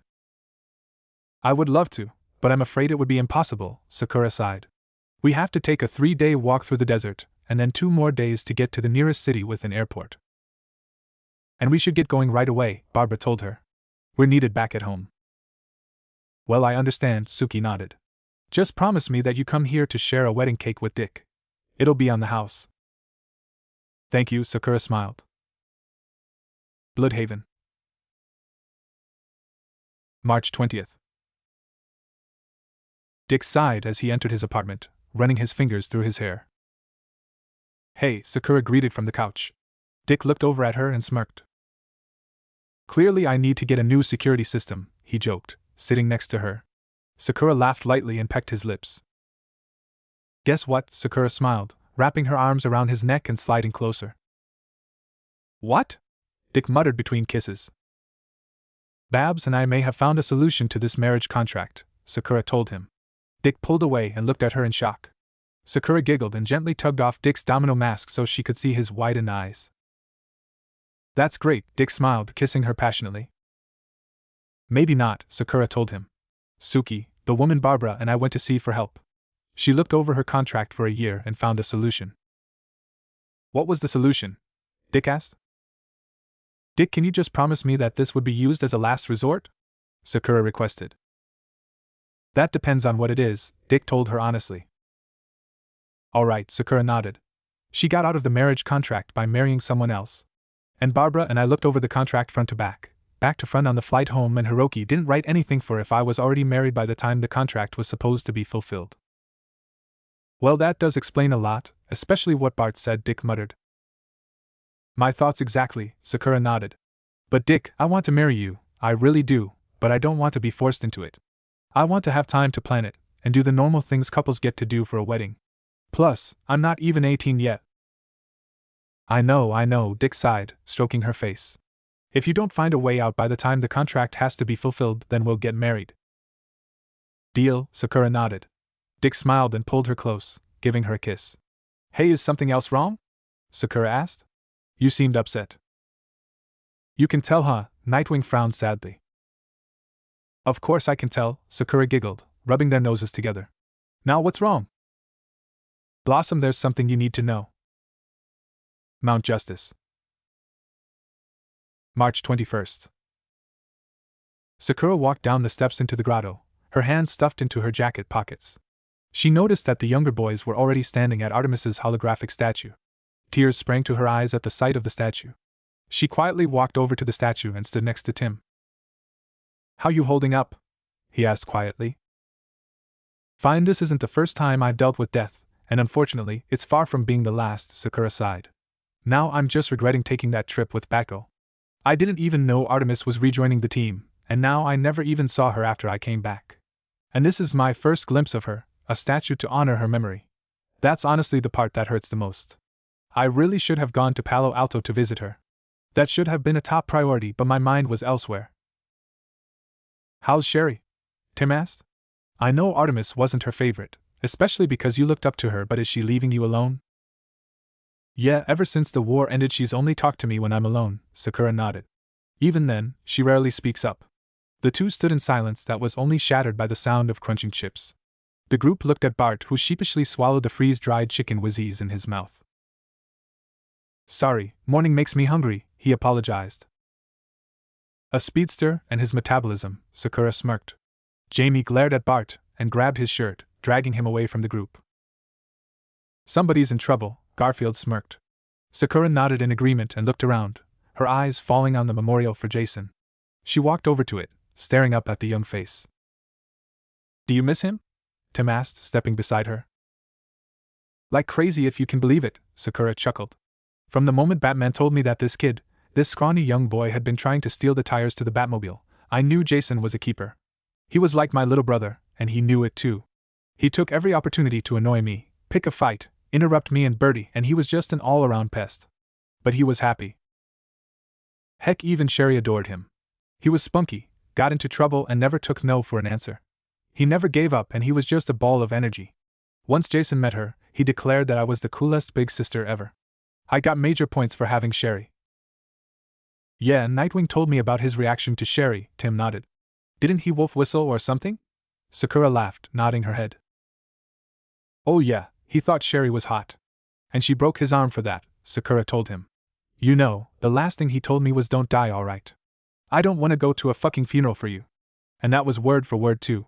I told him I wouldn't, and then I told him to be careful, I told him don't die. Sakura felt tears escape from her eyes and flow down her face. He told me that he wouldn't die unless I did. And here I am, and here he is. I'm sorry, Tim whispered. Don't be, Sakura sighed. But right now, I think I'm going to refrain from traveling to the hidden villages. Why's that? Time asked. The first time I leave, Jason dies. The second time, Artemis dies, Sakura sighed. I'm a medic. I'm supposed to prevent these sort of things from happening. I could have saved Jason, I could have saved Artemis, yet I decided to go home, and they were both lost. It's not your fault, Tim assured her. He was beaten with a crowbar, and then the building blew up. Even with how fast he was going, Batman couldn't save him in time. Yeah, I guess, Sakura sighed, pulling him close. Poor Batman, he really couldn't do anything. The only thing he could do was get to Jason as fast as he could. But if he had been a moment earlier, we would be down Batman and Jason. Better to lose one than to lose two. She set her head on his head and they both looked at Jason's statue. Do you mind if I leave? I don't think I can look at another memorial much longer. Go ahead, Tim nodded. Thanks, I'll see you later. Sakura kissed his cheek and quickly left the grotto. Hey, Nightwing greeted the Pinkette. Sakura looked away from the TV and smiled at him. Mind if I join you? Sure, go ahead, Sakura nodded. So what are you watching? Nightwing asked, looking at the TV. Don't know. I just turned it on and sort of tuned it out, she confessed. Why aren't you at Raquel's bridal shower? Nightwing asked. I didn't know she was having one, Sakura told him. I've been more focused on the whole case thing. I'm sure she'll understand, Nightwing smiled. Yeah, I'm sure she will, Sakura nodded. Intruder alert! Intruder alert! There's another intruder? Sakura gasped, jumping up. Let's go, Nightwing ordered, running out of the living room. The two heroes ran into the mission room, surprised to find a white-haired male looking around idly, as if unaware of the several heroes surrounding him. Ah, Sakura, there you are, he smiled, noticing the pinkette. Do you know this guy? Jamie asked. His cannon blaster was pointed right at him. Unfortunately, she growled out. Okay, well, who is he? Beast Boy asked. My name is Hiroki Sato, and I am Sakura's fiancé, Hiroki smirked, pointing at the pinkette. You're the marriage contract guy, Tim exclaimed, pointing at him in shock. No need to point, Hiroki growled. And yes, I am. Marriage contract guy? What marriage contract guy? Garfield questioned. Oh, so you haven't told them? Hiroki smirked. It wasn't their business, Sakura answered. But I guess the cat's out of the bag. After the war was over, Hiroki visited me and informed me that I am engaged to him, have been since I was a child. We have a contract, one that I am trying to break right now. What are you doing here? I just came to see how my fiancé was. It's my duty, Hiroki answered. You're really making me want to disobey Batman's law, Nightwing growled. Ah yes, you must be Grayson, Hiroki nodded. I'm wearing the mask for a reason, Nightwing growled, tightening his grip on his eskrima sticks. Do you want us to take care of him? Bart asked. No, Sakura answered. If anyone is going to take care of him, it'll be me. Now hold on, I came here to propose something, Hiroki told her. Buddy, you aren't in any position to propose anything, Mal warned him. Deep voice, Hiroki commented. But when it concerns her status as a fugitive, I can. What are you going to do? Give the ANBU evidence that I came here to be with someone else? Sakura scoffed. No, Hiroki answered. There is a bit of a solution that can get you in less trouble and keep you from looking over your shoulder for the ANBU. I move here and join the team. I'm with you and you lose your status as a criminal. Why would she be a criminal? Jamie asked. Wait, you know Hidden Village law? He asked, looking over his shoulder. For those of us that don't have a scarab on their back with knowledge about everything, Garfield huffed. Because this is seen as running away from a binding marriage contract, Sakura answered. It's illegal in the Hidden Villages. That's just the way things are. Noted, Garfield nodded. That's horrible, Mal muttered. Yeah, you want to know what else is horrible, Sakura growled. Batgirl and I took a little trip to Suna to visit a woman who had managed to escape from her marriage contract. Because of that trip that was forced on us because of you, I missed Artemis. Sakura shouted, stepping closer. Because of you and this damn contract, I missed Artemis joining the team again. Because of you refusing to let me go, I missed Artemis's first mission in years. And because of you and your fucked up mind, Artemis died and I was unable to save her. Because of you, I missed my last and only chance to ever see her again. Tears were streaming down her face as she glared at him. Now that isn't my fault, Hiroki glared. It's your fault. You could have said no to the trip and waited for this Artemis girl to come by. He was cut off by Sakura punching him. I didn't know she was coming, Sakura screamed. Mal rushed over to her and picked her up, carrying her away from him. The pinkette screamed and thrashed against his hold, trying to get free. And don't you dare say it's my fault. I'm trying to get the hell away from you. It's all your fault. If you would have just gotten the hint that I don't want anything to do with you, then I would have seen her. I would have been on that mission. I would have saved her. Sakura, calm down, Nightwing shouted. No, Sakura screamed, her hair darkening. I will never forgive him. Her green eyes turned amber, and she elbowed Mal's shoulder, making him drop her. The dark pinkette ran at Hiroki, who quickly dodged her attack. Sherry pulled out a kunai and threw it at him, narrowly missing. Catch her. Now, Nightwing ordered. Beast Boy turned into a gorilla and reached out his arms trying to grab her. Sherry flipped backwards, kicking him under the jaw. Garfield flew back, slamming into the wall. Robin ran forward with a battle cry, preparing his staff. Sherry caught the sparking weapon and glared at him. Stay out of this, she ordered, punching him in the throat. Not gonna happen, Bart shouted, running around her. Sherry narrowed her eyes and twirled the electric staff. She swung it out, hitting Bart in the chest. Using the staff, she slammed it against his legs and arms, finishing him with a roundhouse kick to the head. She flipped backwards just as a giant blue staple flew to where she had been standing. She turned around, seeing Jamie fully armored. "Oh," the Hispanic teen muttered as her gaze locked onto him. Sherry raced forward, readying the staff in her hands. Jamie shot into the sky, avoiding her strike. He was taken out of the air as the end of the staff slammed into the back of his suit, sending a jolt of energy through it. He fell to the ground unconscious. "Sherry, let her go," Nightwing ordered. "Sorry, Sherry's not here at the moment. Would you like to leave a message?" she growled, running at him. Nightwing dodged her attack and spun around her, hitting her back. Sherry grabbed his arm and twisted it, causing him to cry out in pain. Mal winced as he heard a sickening crack and Nightwing fell to the ground holding his arm. Sakura looked at the tall man and narrowed her eyes. "Calm down, Sakura," Mal said lowly, gripping his shoulder. Sherry was lifted into the sky. The girls stepped into the light, staring at the dark pinkette. "What is going on? Who's that?" Cassie asked, baring her fists. "Don't, Cassie," Mgan ordered. "Martian! Let me go! I have to kill him," Sherry growled. "Zatanna," Mgan ordered.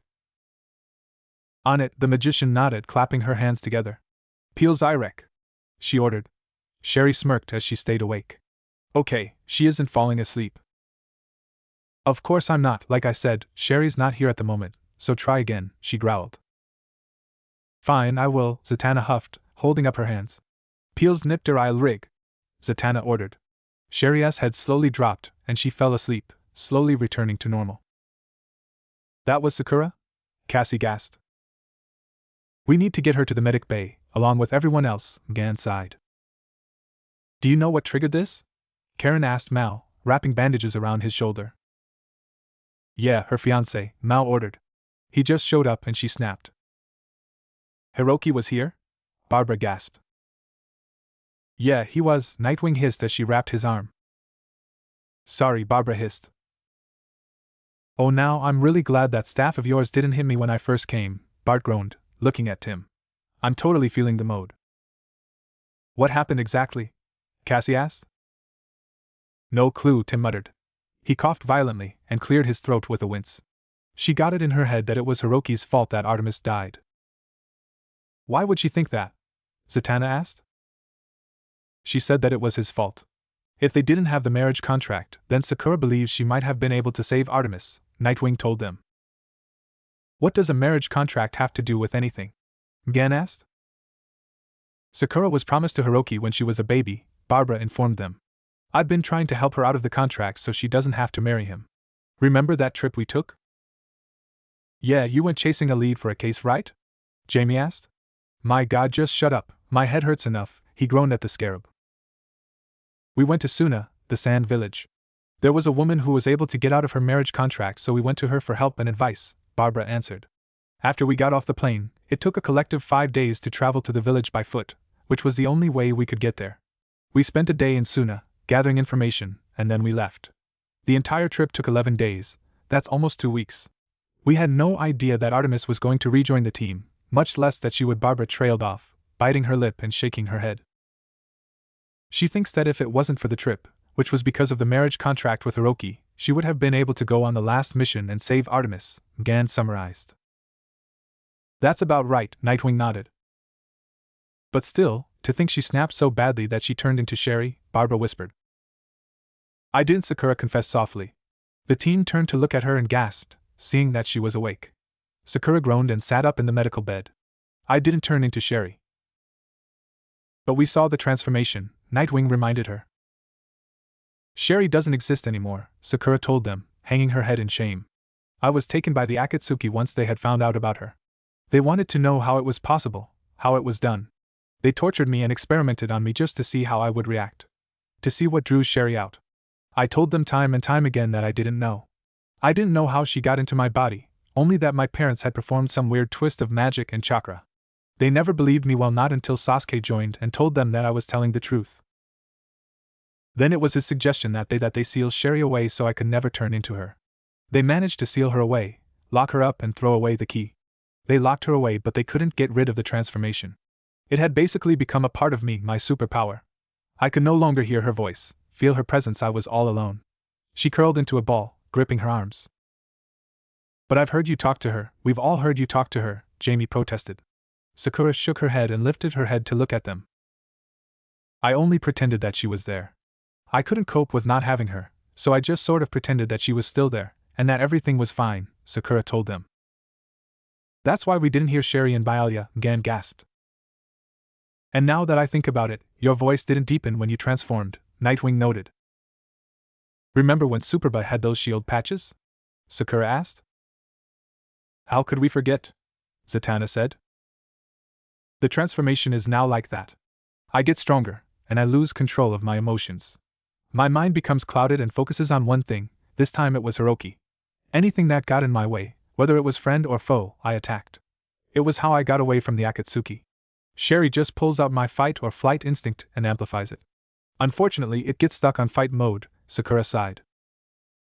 So when you transformed, you were you, only angrier? Garfield asked. And stronger, more out of control, Sakura answered. Noted, the green boy nodded. I guess it all hit me. If it wasn't for that stupid contract that Hiroki refuses to let go, I could have been on the mission and I could have saved Artemis, Sakura sighed. Hey, don't beat yourself up over it. There wasn't anything anyone could have done, Nightwing told her. Thanks, but if you don't mind, I'd like to be alone for a while, Sakura told them. She slid off her bed and silently exited the medic bay. Where's Hiroki? Nightwing sighed. I've reviewed the footage of the fight, and he took his leave shortly after Robin attempted to subdue Sakura, Barbara informed him. He escaped, and we have no means to track him. Great, Nightwing muttered, rubbing his forehead.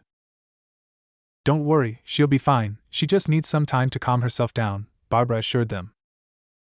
Sakura stood in front of Artemis's holographic image and sniffed, holding back her tears. I'm so sorry, Artemis, she whispered. The Pinkette fell to her knees, placing her arms and head on the podium. Her sobs became louder as she cried. Mount Justice. March 23rd. Sakura stood in the hallway next to the mission room. She was tapping her foot impatiently, her arms crossed. Something wrong? Nightwing asked, walking up behind her. He's late, Sakura sighed, relaxing her posture. Who's late? Nightwing asked her. He wrapped his arms around her waist and gently pulled her closer. Jamie, Sakura answered, placing her head on her boyfriend's shoulder. I'm supposed to help him with the scarab today. The Pinkette sighed deeply. She wrapped her arms around Nightwing's neck and nuzzled into it. Do you think he doesn't trust me? Why wouldn't he trust you? Nightwing asked, rubbing her back soothingly. I lied to him. I told him that my sister was in my body and she's not, Sakura said softly. Hey, it's not your fault. Besides, she was in your body for over 14 years, Nightwing reminded her. You have experience. You know how to deal with sharing your body and mind with something. Who cares if you haven't for a while? The important thing is that you're helping him by using the knowledge you've attained over the years. He pecked her forehead and smiled at her. Thanks, Bertie, Sakura smiled, pulling him in for a kiss. It was nothing, Blossom, Nightwing chuckled. Recognized Blue Beetle. Recognized Impulse. Sakura and Nightwing pulled apart as the two teen boys raced out of the Zeta tubes. Ha! Left them in the dust. Impulse cheered, holding up an unknown object. Left who in the dust? Nightwing asked, walking up to them with Sakura. Why are you late? Sakura demanded. Oh right! Jamie hissed, slapping his forehead. I forgot about practice, I'm sorry. Bart, what's that in your hand? Nightwing inquired. Souvenir. Bart cheered, pointing at it. Souvenirs are Beast Boy's thing, essay, Jamie huffed. Really? I thought it was Kid Flash's thing, Impulse muttered. Can we get to the point? Nightwing ordered. Right, sorry, Jamie nodded. Aqualad attacked us with the Terror Twins, Icicle Jr., and some ninja girl I didn't recognize. What did she look like? Sakura asked. She wore a black and orange outfit and some weird mask and had black hair that went to around her shoulders, Jamie answered. Sakura hummed and lightly grabbed her chin, sliding into a thinking pose. Does it sound like anybody you know? Nightwing asked. No, sorry, the Pinkette replied. And this is how they tracked Blue, Impulse smiled, holding up the device in his hand. I took it to make sure they couldn't do it again. So you brought foreign, possibly alien tech into the cave? Nightwing said seriously. Rookie mistake. Hey, ease up, they are rookies, Sakura told him. Sakura, they should know better, Dick told her. Hey, Naruto, Sasuke and I made the same mistake once, remember? We brought something unknown into the Batcave after we were attacked, Sakura reminded him. Okay, 1, you 3 were 10, they're older than you were, Dick told her. 2, you 3 were also new to the whole superhero more complex things. You barely even knew what technology was. Everything was foreign and alien to you 3. And 3. Jamie and Bart are new as well. Bart just started about a month ago, and Jamie joined you in December. They're both still getting the hang of things as well, Sakura defended. They were being tracked by Aqualad. I say they were right to take the tracking device and bringing it into the cave, which is still unknown as to whether or not that was a good idea, but at least now we can study it. Can we admit that bringing it in here was a rookie mistake? Bart requested. Yeah, we don't want to be the reason you two fight, Jamie agreed. Sakura and Nightwing looked at each other in masked shock before nodding. Give it here, Nightwing ordered, holding out his hand. Bart placed the tracking device in Nightwing's hand. The 4 were gathered around the holoscreen as the device was analyzed. The shrill beeping noise went off and Nightwing growled. Ugh! I'm an idiot! He hissed. The 4 of them turned around and Superboy flew into Nightwing, knocking him back and pinning him to the floor. Nightwing! Sakura gasped, running over to him. She was stopped by an orange and black-clad ninja. Sakura rushed at her, punching her. The girl flipped back, dodging the punch. Sakura took out 2 kunai, throwing them at her. The ninja jumped to the side just as they exploded. Sakura growled and ran at the ninja, who ran towards her.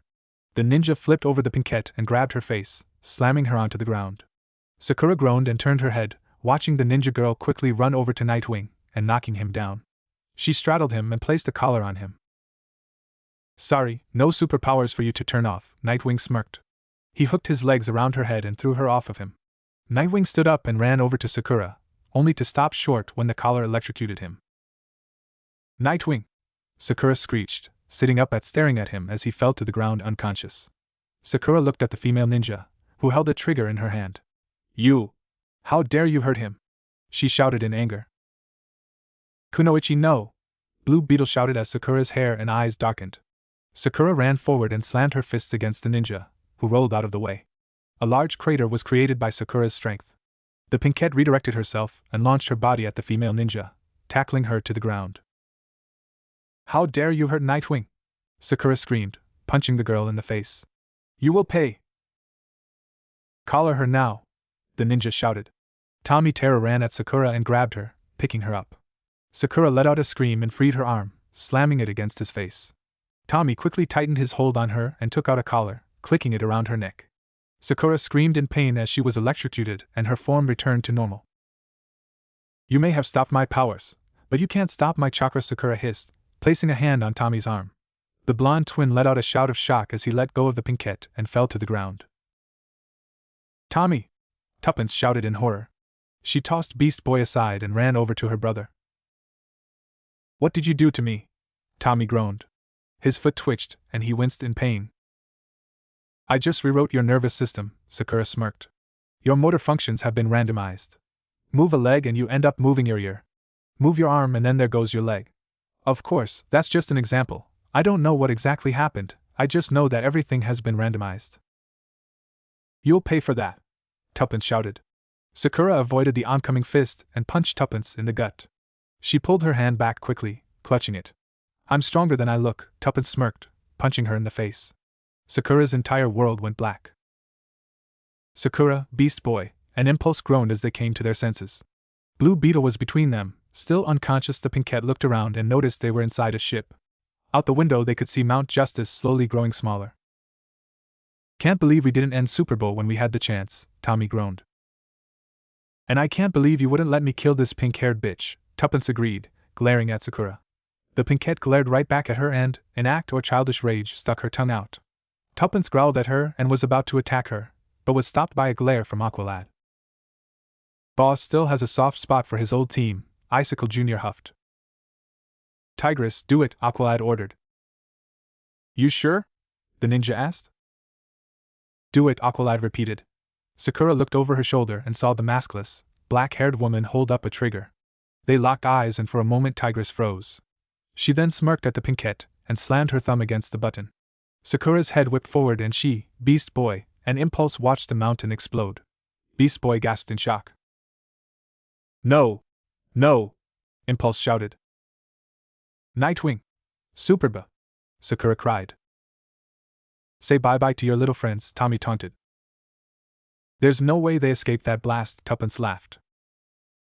No birdie suppi, Sakura whispered, tears falling down her face. Calder! How could you do this? Why? Why did you betray us? You're our friend. And yet. Tigress, sedate them, Aqualad ordered. Tigress nodded and walked forward, taking out 3 needles. She slammed it into Sakura's shoulder first. The pinkette groaned and tried to keep her eyes open, but she fell asleep. No! Sakura! Bart gasped. She's just asleep, Tigress snapped, jabbing the second needle into Beast Boy. The changeling quickly succumbed and slumped against the wall. Stay away from me! Impulse shouted, trying to lean back. Tigress rolled her eyes and stabbed him with the needle. Impulse moaned and fell on his back, knocked out. Star City. March 30th. Barbara, Tim, and Bumblebee jumped onto a few crates and surveyed the scene. Next to the docks was a cage, filled with scared humans. Security detail was provided by Black Manta soldiers. Let us go! One of the prisoners shouted meekly. A soldier stepped aside to reveal Tigress. Bring out the pods, she ordered. 2 soldiers pushed out carts of pods exactly like the ones in Byalia. Let's get those pods open. We have a schedule to keep. Calder HM does not tolerate delay. The 3 team members ducked out of the way before Tigress saw them. They jumped onto a platform above the fenced area quietly. Barbara and Tim quietly jumped into the cage. The others gasped and turned around, murmuring in shock. Sure, we're here to help, Barbara assured them. Why should we trust you? A girl asked quietly. She gasped as Bumblebee flew past her. Tim unzipped his jacket and held it open. The shrunken girl dove into an inside pocket, and Tim looked at them behind his sunglasses, almost questioning them. Okay, never mind, the girl shrugged. 1 per pod, Tigress shouted. Move! The fence opened and the guards walked in, taking a hold of one of the prisoners. They were roughly shoved into pods and put into stasis. A manta-shaped subsurfaced and Tigress looked at it before turning to the soldiers. Okay, go. Let's get them out of here, she ordered. The bioship quietly followed behind the manta sub. It was a safe distance behind and was also cloaked. Good, they're leading us to Lagoon Boy and the others, Nightwing nodded. How can you be sure? Wonder Girl questioned. Wishful thinking, Nightwing shrugged, turning off his computer. And the abductee shipment at the docks, how do you know about that? Wonder Girl questioned again. Aquaman came across the intel while searching for Lagan, Nightwing answered. Silence befell the ship once more. The bioship came to a stop as the manta sub docked at a beetle-shaped base. So this is the Light's partner, Nightwing said, narrowing his eyes. That ship shares the same alien design sensibility as the bombs that blew up Malina Island and Mount Justice.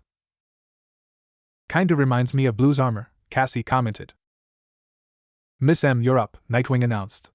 Miss Martian stood up and stood at ready. Her cape disappeared and gills grew on her neck. She pulled her hood up and slid into camouflage mode. She fell through the floor and shrunk once she was completely in the water. She quickly swam over to the ship and placed a hand on it. Alpha Squad, I'm heading on to the alien ship. Are you aboard? She asked as she shifted through the density of the hull. Affirmative, Barbara confirmed. We're in some kind of docking bay. We have a visual of the aliens, aka the Krelodians' competitor, aka the Light's new partner. And we've got other company, Barbara informed them. Aqualad stepped up next to Tigress and looked over the room. Aqualad's here? If he identifies us, it's over. Stay whelmed, he won't be looking for you, Nightwing told them. Just don't attract any attention. Miss Martian flew into a room and her eyes widened. I found Gar, Bart, and Sakura, she announced, flying over to 3 pods. They're all unconscious, but they're alive. And I don't see Jamie or Lagan. Barbara and Tim both looked out their pods and spotted their teammate. We're looking on Lagoon Boy, Barbara told them. And Shimmer? There are 4 civilians and all the teens we came with. Barbara watched as the aliens left the room, the door sliding shut behind them. We're unsupervised now, but Blue is still missing. Escape could trigger a response. Do we wait? Negative Alpha, Nightwing replied. Make your move before you need rescuing too. You too, Miss M. Get Gar, Bart, and Sakura out of those pods. Miss Martian floated back and held out her hands. The fronts of the pods shattered and an alarm went off as suspected. She levitated the three of them out of their pods and set them on the ground. Garfield? She called, kneeling next to her brother. I knew you'd come for me, Garfield groaned as he stood up. Gan dropped the camouflage and Beast Boy stared at her in shock. Are you shorter? What? Miss Martian asked, looking down at herself. Oh, the pressure of the water outside of the ship compacted my body. Thanks for the rescue, Impulse said, quickly standing up. I'm off to find Blue. He ran for the door and vibrated out of the room. Impulse. Miss Martian called, but it was no use. Wait, Kunoichi. The two green-skinned teens gasped and looked down at the still unconscious Pinkette. Kunoichi, wake up. Miss Martian shook the younger girl, trying to wake her up. Sakura. Wake up. Miss Martian begged. The Pinkette squirmed slightly and her eyes slowly fluttered open. Gan? She asked, sitting up. Where am I? No time for that, we have to go, now. Miss Martian told her. Are you able to move on your own? I'll manage, Kunoichi answered. They ran towards the door and Miss Martian telekinetically pushed it away. Which way? Miss Martian asked. Beast Boy sniffed the air quickly. This way, he determined, running off.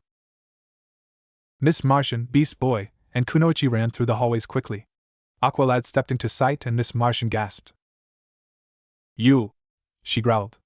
Aqualad stopped and faced them as they came to a stop. Murderer!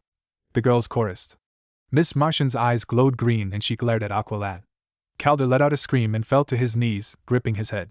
Kunoichi stepped forward, reaching out a hand. You deserve much more than Miss Martian brain blasting you, Kunoichi growled out, her hair and eyes changing. How dare you murder Artemis? She stepped beside him and glared down at him. Kunoichi placed a hand on his head, pumping chakra into him. Calder let out another scream as Miss Martian's eyes narrowed. Kunoichi tightened her hold on his head, grinding her teeth in anger. No, Miss Martian whispered. She fell to her knees and stopped her psychic attack on Calder. Gan? Beast Boy asked, grabbing his sister's shoulders. Kunoichi looked over at them and tightened her grip on Calder's head. She let go of him and deftly punched him in the head, sending him flying back. Sakura raced over to Gan, turning back to normal. Gan, what's wrong? Kunoichi asked, shaking her. Tigress walked around the corner and froze. Calder! She gasped, running over to her charge. Beast Boy roared and turned into a tiger, leaping for the two. Tigress took out a smoke bomb and threw it on the ground. Beast Boy slid to a stop as the black fog surrounded him. I'll take mine, you take yours! Tigress shouted at them, and count yourselves lucky, kids! The smoke cleared and they were both gone. Beast Boy turned back to his half-monkey form and ran over to his sister. Gan, come on, snap out of it, Kunoichi pleaded, shaking the girl. Gan, you did good. You and Sakura took out Aqualad, Beast Boy told her. But now we need to go. The others need our help. Come on, Gan, Kunoichi whispered, placing a hand on her head. Gan blinked slowly as Kunoichi's chakra worked its way through her head, clearing it. I'm sorry, she whispered. Let's go. She stood up shakily and began flying forward. Beast Boy and Kunoichi followed after her. Beast Boy ran up to the door of the docking bay and slammed his gorilla paws on it. Can't you at least get the link back up? Beast Boy asked, turning towards his sister. A Beast Boy, Kunoichi smirked. Oh hey, well never mind, Beast Boy muttered. Now come on. We're sealed out of the docking bay. What's going on? Don't know, Nightwing responded. I'm cut off aboard the ship. We're fighting Black Beetle and Shimmer, Wonder Girl answered. Lagoon Boy, Bumblebee and Robin are already down and Connor. Look out! Superboy's down. It's just Batgirl and me now. You have to get in there, Beast Boy shouted at his sister. What? How? Miss Martian asked, as if still in a trance. What do you mean how? Density shift, Kunoichi answered. I can't break it. I'm too weak. Right, density shifting. I can do that, Miss Martian nodded. I can still do that. Miss Martian began to move through the door but stopped. The door pulsed with some light, and the alien fell limp. What happened? Beast Boy asked. I think the density of the door was shifted, Kunoichi answered, pressing a hand against it. There was a rhythmical and harsh banging against the door. What's going on? Impulse asked as he and Blue Beetle approached them. We've been locked out, Kunoichi answered. Let me solve that problem, Blue Beetle offered, placing a hand on the door. The door began to open and Miss Martian fell to the floor. Beast Boy went to his sister while Impulse and Kunoichi knelt down next to an unconscious Wonder Girl. Blue Beetle pressed his hand against the wall, and the door to the bioship opened, allowing an abductee to fall inside. Little brother, Black Beetle growled. One way or another I'm going to find a way to put you back on mode. You are of the reach, and cannot escape it.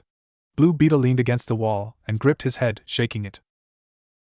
I have to, he whispered, looking up at the bigger beetle. Kunoichi and Impulse each threw one of Wonder Girl's arms around their shoulders. At the same time, Blue Beetle charged at Black Beetle, keeping him occupied. They dragged the blonde onto the bioship. Kunoichi! Nightwing gasped, looking up from the controls of the ship. I'm fine, the Pinkette hissed, placing Wonder Girl on a chair. I'm feeling fine, she took another step and wobbled back and forth before falling to the ground. You don't look fine to me, Impulse told her. I don't know what's happening, my strength is running out, Sakura whispered. Impulse, you help Batgirl and Beast Boy round up the others, Nightwing ordered. On it, Impulse nodded. Don't worry, I've got you, a boy with long hair and an orange headband assured the Pinkette. He dragged her over to a wall and set her down against it. You feeling okay?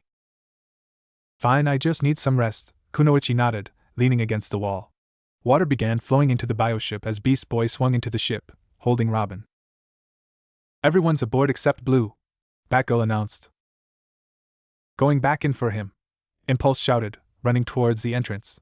He was quickly pushed back by a wave of water. Nightwing! Seal the hatch! The docking bay is flooding our hold, Batgirl ordered. Acknowledged, Nightwing nodded, closing the hatch. But Blue, Beast Boy protested. We can't help him if we drown or get crushed by the pressure at this depth, Batgirl told him. The bioship quickly shot away from the alien ship. I see Blue, Lagoon Boy shouted.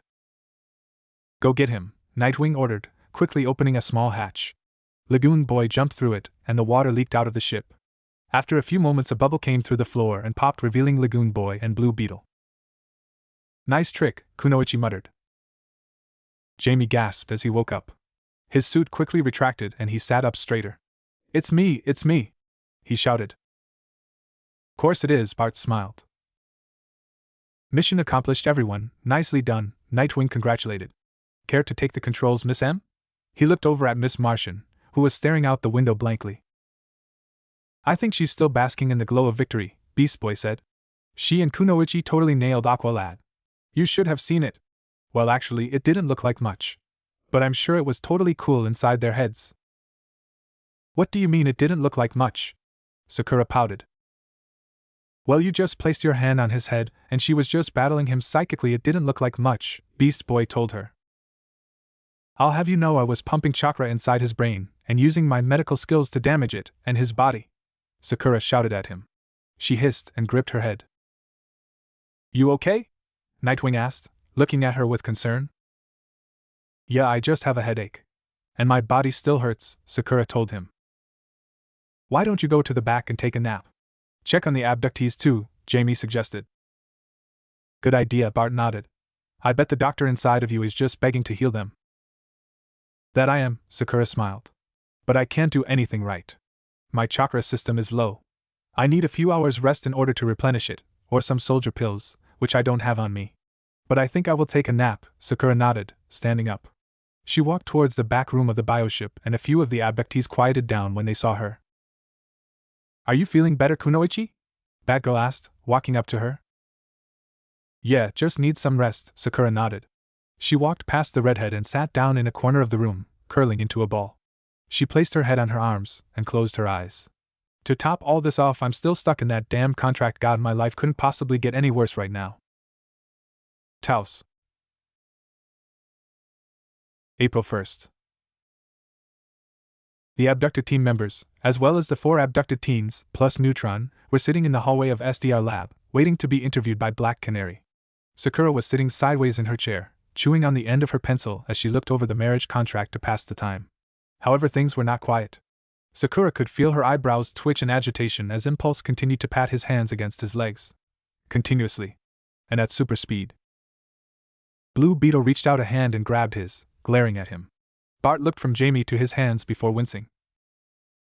"Oh, sorry," he whispered, folding his hands together. "Thank you," Sakura sighed, flipping a page in the contract. She tensed as Bart's foot began tapping at super speed. "That's it!" she shouted, drawing attention to herself. "I've got a headache from fucking hell and I do not appreciate you constantly tapping something and making noise. Be quiet." "Sorry, but I'm bored," Impulse told her. "Then maybe you should have brought something to work on while you wait," Sakura hissed. "I don't want to hear one more sound from you, Impulse, or I will knock you out and put you in a coma. When you wake up you'll be 40 years in the future, able to resume your life. Got it?" "Got it," Bart nodded in fear. He shrunk into his chair, shaking as she sat back down, glaring at her papers. The door opened and Black Canary and Tai stepped out. "Thank you, Tai," the blonde nodded. "Kunoichi, is there a problem?" "Nope, just got a headache and Impulse won't sit still for one moment. Watashi wa kare jie yoji to onaji kurai zan nendachico. I swear he's as bad as a toddler," she grumbled. She noticed the sole female member of the abductees perk up and smile at her. "Would you like some medicine? I'm sure we can find you some," Black Canary suggested. "I've taken pills already. There's nothing you can do," Sakura huffed, turning another page. "Alright," Black Canary sighed. "Virgil, you're next." The dark-skinned boy nodded and got up, following her into the room. Tai sat down in Virgil's spot. "Tai!" Jamie gasped, standing up.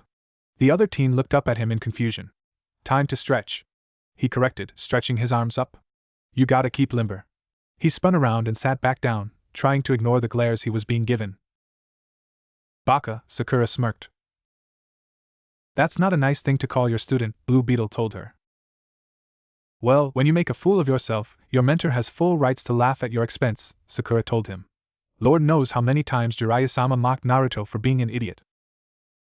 The girl of the group smiled and walked over to Sakura, looking down at her. Sakura raised an eyebrow in confusion. "Can I help you?" "Konnichiwa," the girl greeted. "Watashi wa Asami Koizumi desu. My name is Asami Koizumi."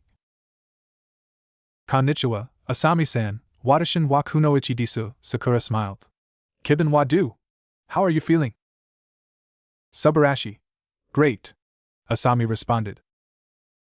"Watashi wa shitsurina oto and I shirtai jien nai."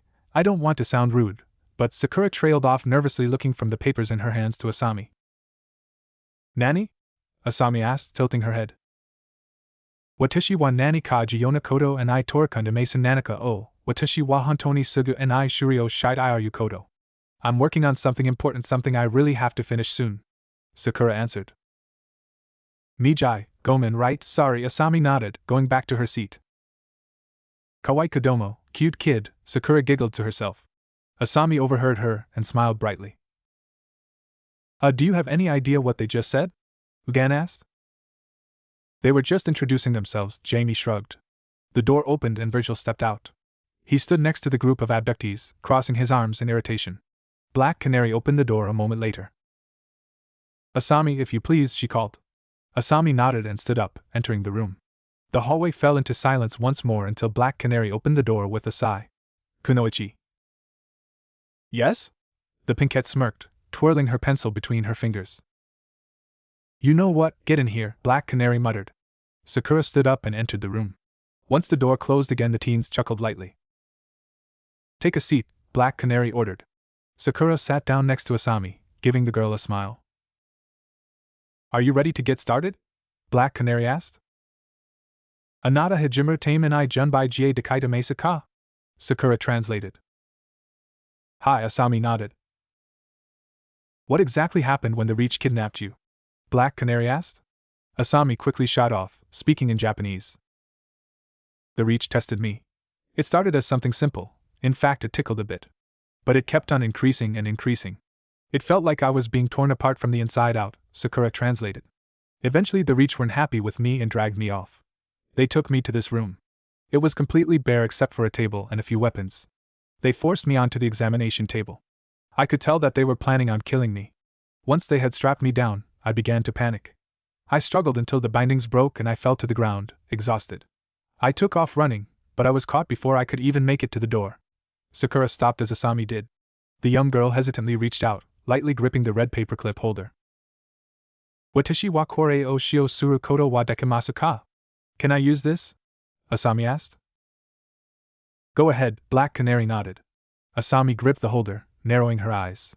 She let go of the holder, showing them that it was unharmed. She then placed it on her lap. Asami looked around nervously. Yuyanaiku, Asami-chan, go on, Asami-chan, Sakura smiled. Asami nodded and clapped her hands, closing her eyes in deep concentration. A faint aura surrounded her. She took the holder in her hands again and gripped it tightly. The holder began to crack before shattering in her hands. Asami began speaking once again. They gave me this power, something I don't know how to control. It scares me. It scares me that I may hurt someone without realizing it, Sakura told Black Canary. And the other kids, what happened to them? Canary questioned. I don't know, Sakura translated as the young girl began speaking once again. Sometimes they would take the teens into another room only to bring them back, more bruised, but still safe. But there were others that I never saw again. Asami grew quiet and picked at the pieces of plastic in her hand. Watashi wa ayame, ika koto jie dekimasu ka? Can I go now? Asami asked. She's asking if she can leave, Sakura told Black Canary. You may, Canary nodded. Asami quickly stood up and left the room. The woman sighed and rubbed her forehead. How could anyone, no matter the species, do this to kids? People are cruel, Sakura answered. Sakura, what happened to you? Black Canary asked. The pinkette shrugged. Nothing that I haven't been through before, Sakura chuckled dryly. They were trying to break me. Torturing me, and I don't know the reason why. Is that it? Canary asked. Yeah, never left the pod, Sakura nodded. I manipulated my chakra to put myself in a coma. They tried forcing me out of it a few times. I responded and woke up, always in pain, always with my body aching. I gave them signs that I was awake and in pain, just so they wouldn't kill me. And that's all that happened? Black Canary asked. Yep, everything that I remember, Sakura nodded. Is that all you need me for? That's all for right now, Canary nodded. Sakura stood up and exited the room, going back into the hallway. The Reach used our own secrets against us, Adam explained. They beat us without firing a single shot. They even offered to take Despero off our hands. And I couldn't come up with a reason to say no. The Atom huffed and crossed his arms, glaring at the ground. I find it interesting how the Reach ambassador knew exactly how to get rid of the force field surrounding the hall, Sakura hummed. How did they explain that one? They didn't have to, Adam answered. Sang was more concerned on our young covert ops team and the watchtower. I hope you have some good news. I have a few answers, Black Canary assured him. With the obvious exception of Blue Beetle, the Reach abductees have been two types, those with a known superpower, and those with a potential to develop one. She held up a ball of paperclips, and the destroyed paperclip holder. I believe we now know what a metagene is. It's a genetic anomaly that allows certain humans to develop and adapt new abilities for survival, Sakura informed them. These abilities appear when exposed to trauma, which is exactly what they were putting the abductees through. The Reach is seeking to cultivate this gene and weaponize it, Black Canary summarized. Which is probably what brought the Reach and the Krolodians here in the first place, Nightwing said. And it's all thanks to the light sending Earth's heroes to Rimber, and placing us in the intergalactic spotlight. The door to the office opened and Blue Beetle stepped into the room. Blue, what's wrong? Sakura asked. I'm sorry, I've been hiding something, Jamie confessed. But I just can't hide it any longer. Impulse sped into the room, grabbing Blue Beetle. Blue, what are you doing? He whispered, pulling him away. What happened to keeping quiet? No. Time for the truth, Blue declared. Impulse says that sometime in the future, I betray Earth and bring on a Reach apocalypse. That's not a future I can live with. He stepped forward and retracted the armor. Whatever it takes, get this scarab off me, he declared, pointing at the tech stuck to his back. Are you sure? Canary asked. Yes, Jamie nodded. Very well, we'll prep and set up a time for as soon as possible, Sakura nodded. Why can't it be now? Jamie asked. Sakura stood up and placed a hand on his shoulder. Blue, you have to understand, we don't know how to get the scarab off of you, Sakura told him. We have to get ready for several scenarios. And we'll probably need Bumblebee and Captain Atom to help as well. I want to help as well, Bart declared. We'll see what we can do, Sakura told him. But for right now, you have to trust us and wait a little while until we can get everything set up.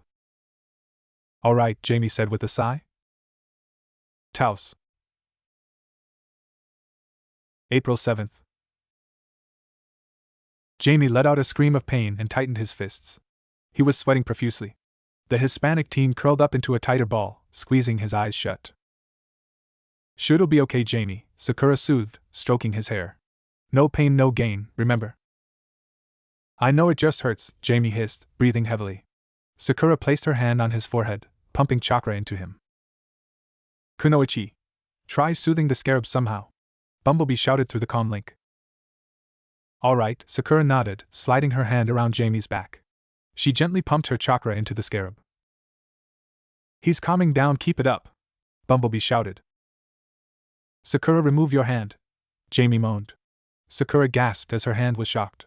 She pulled her arm back, cradling it. Atom to Dr. Cross, prepare for emergency extraction, Atom demanded. Where'd the syringe go? Dr. Cross muttered, looking around. Got it, Bart said, holding up the needle. Extraction now, Atom repeated. Dr. Cross jabbed the needle into Jamie's skin and quickly pulled it out. Did you get them? Sakura asked. Yeah, Cross nodded, kneeling on the ground. He placed the needle above the ground and emptied the contents of the vial. Bumblebee and Atom grew back to their normal size. They both pulled off their helmets and took deep breaths. What happened in there? Bart asked, pulling off his mask. There were complications, Atom answered. What kind of complications? Sakura demanded. I got through the first layer, but as soon as I got through the second, the scarab began producing its own antibodies. There were too many, Atom explained. You soothing it did help keep it from producing more antibodies, but only for a few seconds. Once you stopped, they came out in swarms, Bumblebee told her. And when we were retreating, the antibodies repaired the damage. Jamie groaned and slowly sat up, facing them. Easy there, Bart muttered, helping him sit up. What about the scarab? Can you remove it or not? Jamie asked. The two stood up, taking off their equipment. I'm afraid its integration with your biosystem is too complete, and the defense is too thorough, Atom told him. Jamie, I don't think that scarab is ever coming off. Not while you live anyway. I'm sorry, Jamie, Sakura sighed. Why did this have to happen? Jamie whispered, rubbing his head. Bloodhaven. April 8th. The team was gathered around the TV in the warehouse as Nightwing played a video featuring G. Gordon Godfrey. The question isn't whether our world's finest are the galaxy's most wanted. It's not about whether they've been using secret covert ops specialists against targets of their own choosing. No. It's not even whether these interstellar hoodlums have their own watchtower in orbit over our planet. Godfrey shouted. No. Old G. Gordon proved that a week ago, didn't he? He smirked at the camera. All the team members felt their hate boil up towards this man. The question is this. How long are you going to stand there and do nothing to check these lawless heroes? He asked. Well, I'll just wait here for you to make up your minds. If you're not in a hurry, why should I be? Meanwhile, Earth's true benefactors, the Reach, have been working openly and without fanfare, or secrets, for the betterment of all mankind. Exhibit A, LexCorp Farms, where the Reach has partnered with noted philanthropist Lex Luthor to increase food production. Philanthropist my ass, Sakura scoffed, causing some of the other teens to chuckle. LexCorp and the Reach are even allowing public tours. Trust, openness, and an end to world hunger. Now why didn't the League ever think of that? Nightwing paused the video and turned back to the teens. Obviously any type of partnership between the Reach and Lex Luthor is bad news, he told them. So Alpha Squad is going undercover to check out LexCorp Farms. Robin, you'll be running Alpha. Me? Tim asked in shock. Run Alpha? Right. Good job, kid, Sakura smiled, ruffling his hair. Robin smiled and playfully pushed her hand away. So, who's on the squad? Tim asked. Blue Beetle, Nightwing answered. Whoa! I should not be out in the field, essay. Blue Beetle protested. What if the scarab goes all Reach apocalypse on us? Your scarab has had plenty of opportunities to betray us, Nightwing told him. It hasn't. And right now its connection to the Reach may very well be our best shot at identifying what the Reach is up to. Bart sped between them, smiling. Well, if Blue's going, I'm going, he declared. I assumed as much, Nightwing said with a smile. And last but not least, Arsenal. The original Roy Harper stepped into the light, crossing his arms. Sakura's eyes were drawn to the robotic arm on his right side. You'll have to travel light for your first mission, nothing that can't fit under civilian clothes. Any questions? Just one. Why are we meeting in this dump? Arsenal demanded. With the cave and the Hall of Justice destroyed, we don't have very many options, Nightwing answered. Except the Watchtower, Arsenal bit back. It's national news now. You can't pretend it doesn't exist. The only people authorized for the Watchtower are Leaguers and senior members of this team. You are neither. Therefore, you are not qualified, Sakura answered. Good to know where we stand, Arsenal grumbled. Gotham City. There's something I don't trust about Arsenal, Sakura muttered. Like what? Dick smiled, placing his arm on her shoulder. He pulled her closer, kissing the side of her head. Sakura smiled and wrapped an arm around his waist. Like, I don't know, his attitude for one, Sakura answered. He acted horribly. Like he was better than us, and that he was angry that he wasn't immediately a senior member. I feel like he's trouble. He was on ice for 8 years. He may just need some time to get used to everything, Dick told her. Yeah, maybe you're right, Sakura muttered, grabbing his hand. The two walked the busy streets of Gotham in silence, enjoying the other's presence. Sakura-san. There you are. Someone shouted from behind them. Sakura tightened her grip on Dick's hand, and her eyes hardened. A woman ran around them, turning to face them. She had light brown hair and matching eyes. She was wearing a light blue dress suit. Thank goodness your hair is so recognizable. Yeah, thank goodness, Sakura huffed. Told you I should have worn the wig, she muttered to her companion. Dick chuckled and rolled his eyes. What do you want, Sato-san? Wait, Sato? As in Hiroki Sato? Dick asked. Yes, this is Hiroki's mother, Sakura nodded. Let's go, Dick said, turning her around. They stopped short when they saw a man standing behind them. He was wearing black turtleneck tank top and jeans. Sunglasses rested over his eyes. ANBU, Sakura whispered, noticing the black swirl tattoo on his arm. Where do you think you're going? The ANBU demanded. Nowhere, sir, Sakura answered. Sakura, please, you have to help me, the woman begged, stepping into their line of sight. And why should we? Dick asked. Hiroki's been kidnapped, the woman answered. How do you know he's been kidnapped? Sakura asked. I saw it happen, the ANBU answered. He held up a few pictures. Sakura took them and examined the photos. That looks like Black Beetle, Dick noted.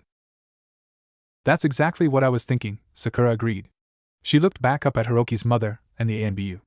Unfortunately, it seems like your son has been captured by the Reach. It's impossible to get him back. But you were rescued, the ANBU pointed out. Not only that, you left Hiroki there. We didn't even know Hiroki was on the ship when we rescued everyone, Dick told them. You'd have to ask Impulse if he saw Hiroki when he was searching Blue Beetle. And where is Impulse? Hiroki's mom asked. He's on a mission, unreachable. And if you try going after him, you will ruin the mission and could not only put his life in danger, but the lives of the rest of his teammates as well, Sakura told them. Sir, I know you're trained for shadow jobs and such, but so are they. And besides, things operate differently over here. I am well aware of how things operate, the ANBU told her. But just know we will be talking to Bart as soon as he is back home with the Garricks. Good day. With that, the ANBU disappeared. Hiroki's mother looked at Sakura. Please, I know you don't like us, and you hate this contract, but you have to find him, she told them. Why is that? Dick asked. Mr. Grayson, this is none of your business, she hissed. Dick narrowed his eyes and glared at her. The woman stood her ground, not flinching. Do tell Rika why I should help you find Hiroki, Sakura hissed. You and your family are nothing but a pain in my side. Give up on me. There won't be any merger even if Hiroki and I get married, which we won't. And what makes you so sure? Rika asked. 1. I am not going to be a merchant like my parents, I'm a doctor. And secondly, we are doing everything in our power to get me out of this contract. Keeping it is just pointless, Sakura huffed. It is not, Rika persisted. And you must find Hiroki because he is powerless. He isn't like you. You have to save my son. On the condition that you take away the marriage contract if I do, Sakura answered with a smirk. I do not have the power to do that, Rika told her. That decision falls on my husband. And he will not consent to it. I'd like to hear that from him, Dick told her. And if you can't get rid of it, then we won't save your son, Sakura told her. Let's go, Dick. Sakura and Dick turned around, leaving. Smallville. April 9th. Thanks for allowing us the use of your barn, Mr. Kent, Nightwing told the elderly man. Until we check out this green beetle, we can't afford to bring him to the new HQ. We've already lost too many of those. Well, he's not the oddest thing to ever enter this barn, Mr. Kent smiled, placing an arm on Connor's back. Besides, I'll take any excuse to see one of my boys. My name is Barzum, Green Beetle introduced. And obviously, I am from Mars. Obviously, Sakura nodded. But it's the beetle thing that has us wondering, Robin told him. What's your connection to the Reach? I imagine my story is very similar to yours, Bars said, turning to Jamie. On Mars I am what you would call an archaeologist. 2 Earth years ago, I found a scarab, which attached itself to my person. Yeah, that sounds familiar, Jamie nodded. Except for the archaeology part.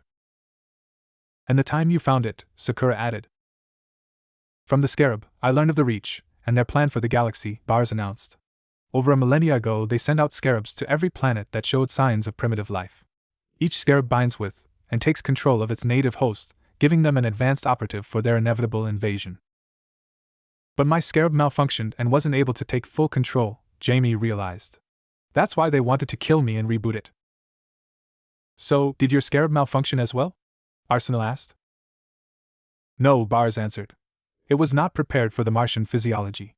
That allowed me to take control of the scarab before it could take control of me. Still doesn't explain how you wound up here, Nightwing told him. For decades, the one you call Martian Manhunter has sent communications from your world to ours. TV signals. They were entertaining, the Martian explained. All Martians love television, Robin chuckled. Indeed, Bars agreed. Martians, Earth's #1 fans, Sakura laughed. When it became clear that the Reach were on Earth, I believed my assistance here would be required, Bars told them. We'll have to check your story with the Justice League, Nightwing told him. But for now, thanks, Robin smiled. The two walked off to discuss the mission. Sakura smiled and walked over to Bart, wrapping her arms around his shoulders. Hey, what's up? The speedster laughed, looking over at her. Can I talk to you for a sec? In private? Sakura told him. Sure, Bart nodded, allowing Sakura to drag him off to the other side of the barn. You're going to be questioned as soon as you get back home, Sakura told him. Why? Bart asked. An ANBU, an officer from my village, wants to see if you saw someone during your hunt for Jamie, Sakura told him. Saw who? Maybe if you told me what the person looked like I could tell you, Bart suggested. Hiroki, Sakura answered. The speedster stiffened and looked at the ground. I did, Bart whispered. What? Sakura muttered in confusion. Her eyebrows furrowed together, and she stared at the speedster. I did see Hiroki, Bart confessed. He was in a pod, being electrocuted, like we had been. Bart, why didn't you say something? Sakura asked. Because you were so excited about what I told you, and I didn't want to ruin things for you, Bart answered. Thank you for being concerned, Sakura told him, kissing his forehead. But do you have any idea how much trouble you're going to be in once you get back home? I'll just lie and say I didn't see him, Bart told her. Sweetie, you can't do that, Sakura told him, brushing his cheek. The ANBU will be able to tell if you're lying. And if you do lie to them, they are not above torturing children to get the answers they need. Bart, you have to tell them the truth. But if he stays on the Reach ship, then you're out of the contract, Bart protested. Bart, I know, Sakura sighed. And trust me, I would like nothing more than to leave him there, but I don't want to see you getting hurt because you were helping me. You have to tell them what you saw, exactly what you saw. Not even a tiny detail can be wrong. But Bart protested. Bart, do you understand me? Sakura hissed. If you do not tell the ANBU about seeing Hiroki, their torture methods might kill you, even with your hyper-accelerated healing. Yes, ma'am, he sighed, looking at the ground. Hey, I'm not mad at you, Sakura cooed, pulling him into a hug. I just don't want to see you get hurt. Alright, I'm sorry, Bart whispered, hugging her back. It's okay, Sakura assured him quietly. Is everything alright? Jamie asked, approaching the two of them. Everything's fine, Sakura told him. Have you been keeping up with your meditation and exercises? Oh well, I've done the exercises but I haven't done the meditation yet, Jamie answered, rubbing the back of his head. I want you to meditate on the flight back, alright, Sakura told him. Yeah, I can do that, Jamie nodded. Guys, the bioship will be here in 10 minutes, Nightwing announced. Bart, Jamie, I don't want you two to worry, Sakura told them, wrapping an arm around Jamie as well. Everything's going to be just fine. Taos. April 9th. I'm not very comfortable with this, Miss Martians confessed. Delving into your mind, it is an intrusion. You have my permission, Bars assured her. We must be able to trust each other. The corners of his mouth twitched, and he smiled creepily. Miss Martian gasped and flinched back. Does my smile displease? Is this not how people on Earth show friendship and comfort one another? Yeah, but normal smiles don't look like you're psychotic and ready to kill someone, Sakura muttered. She stepped forward, placing a hand on Miss Martian's shoulder. Miss M, I can still call someone from my village if you don't want to do this. Ino, her father, even Ibiki. Just say so. Kunoichi, I'd rather not involve your village, Nightwing confessed. Especially with you being a fugitive, I don't want to chance anything. Come on, Angelfish, you can do this, Gan assured her. It'll be a piece of crab cake. Please proceed with the mind link, Bars requested. Gan took a deep breath and her eyes began to glow green. Sakura and Gan stepped away from her. Kunoichi took her place by Nightwing's side, watching on in silence. After a few minutes, Miss Martian turned to the others and nodded. Green Beetle is on our side, she announced. Green Beetle held up two bottles of a drink titled Reach. This consumable contains the Reach additive, which combines microscopic quantities of two chemicals. One is a dopamine polymerase, the other an adrenaline inhibitor. Taken over generations, they will slowly addict the entire population to Reach, and make the people of Earth placid, literally incapable of revolt. And that matches perfectly with my, along with Flash and Adam's, analysis of the additive that was acquired from the LexCorp farm, Sakura announced, looking at her clipboard. Ah, I see, still I am tested, Bars realized. Hey, we're sorry but… No, Bars cut off Nightwing. It is a wise choice. As they say on your planet, all cards must be off the table. On the table, Jamie corrected. Never mind, you know what, just ignore me, he said quickly. Placing your cards on the table means that you're laying everything out for us to see, no secrets, Sakura told him.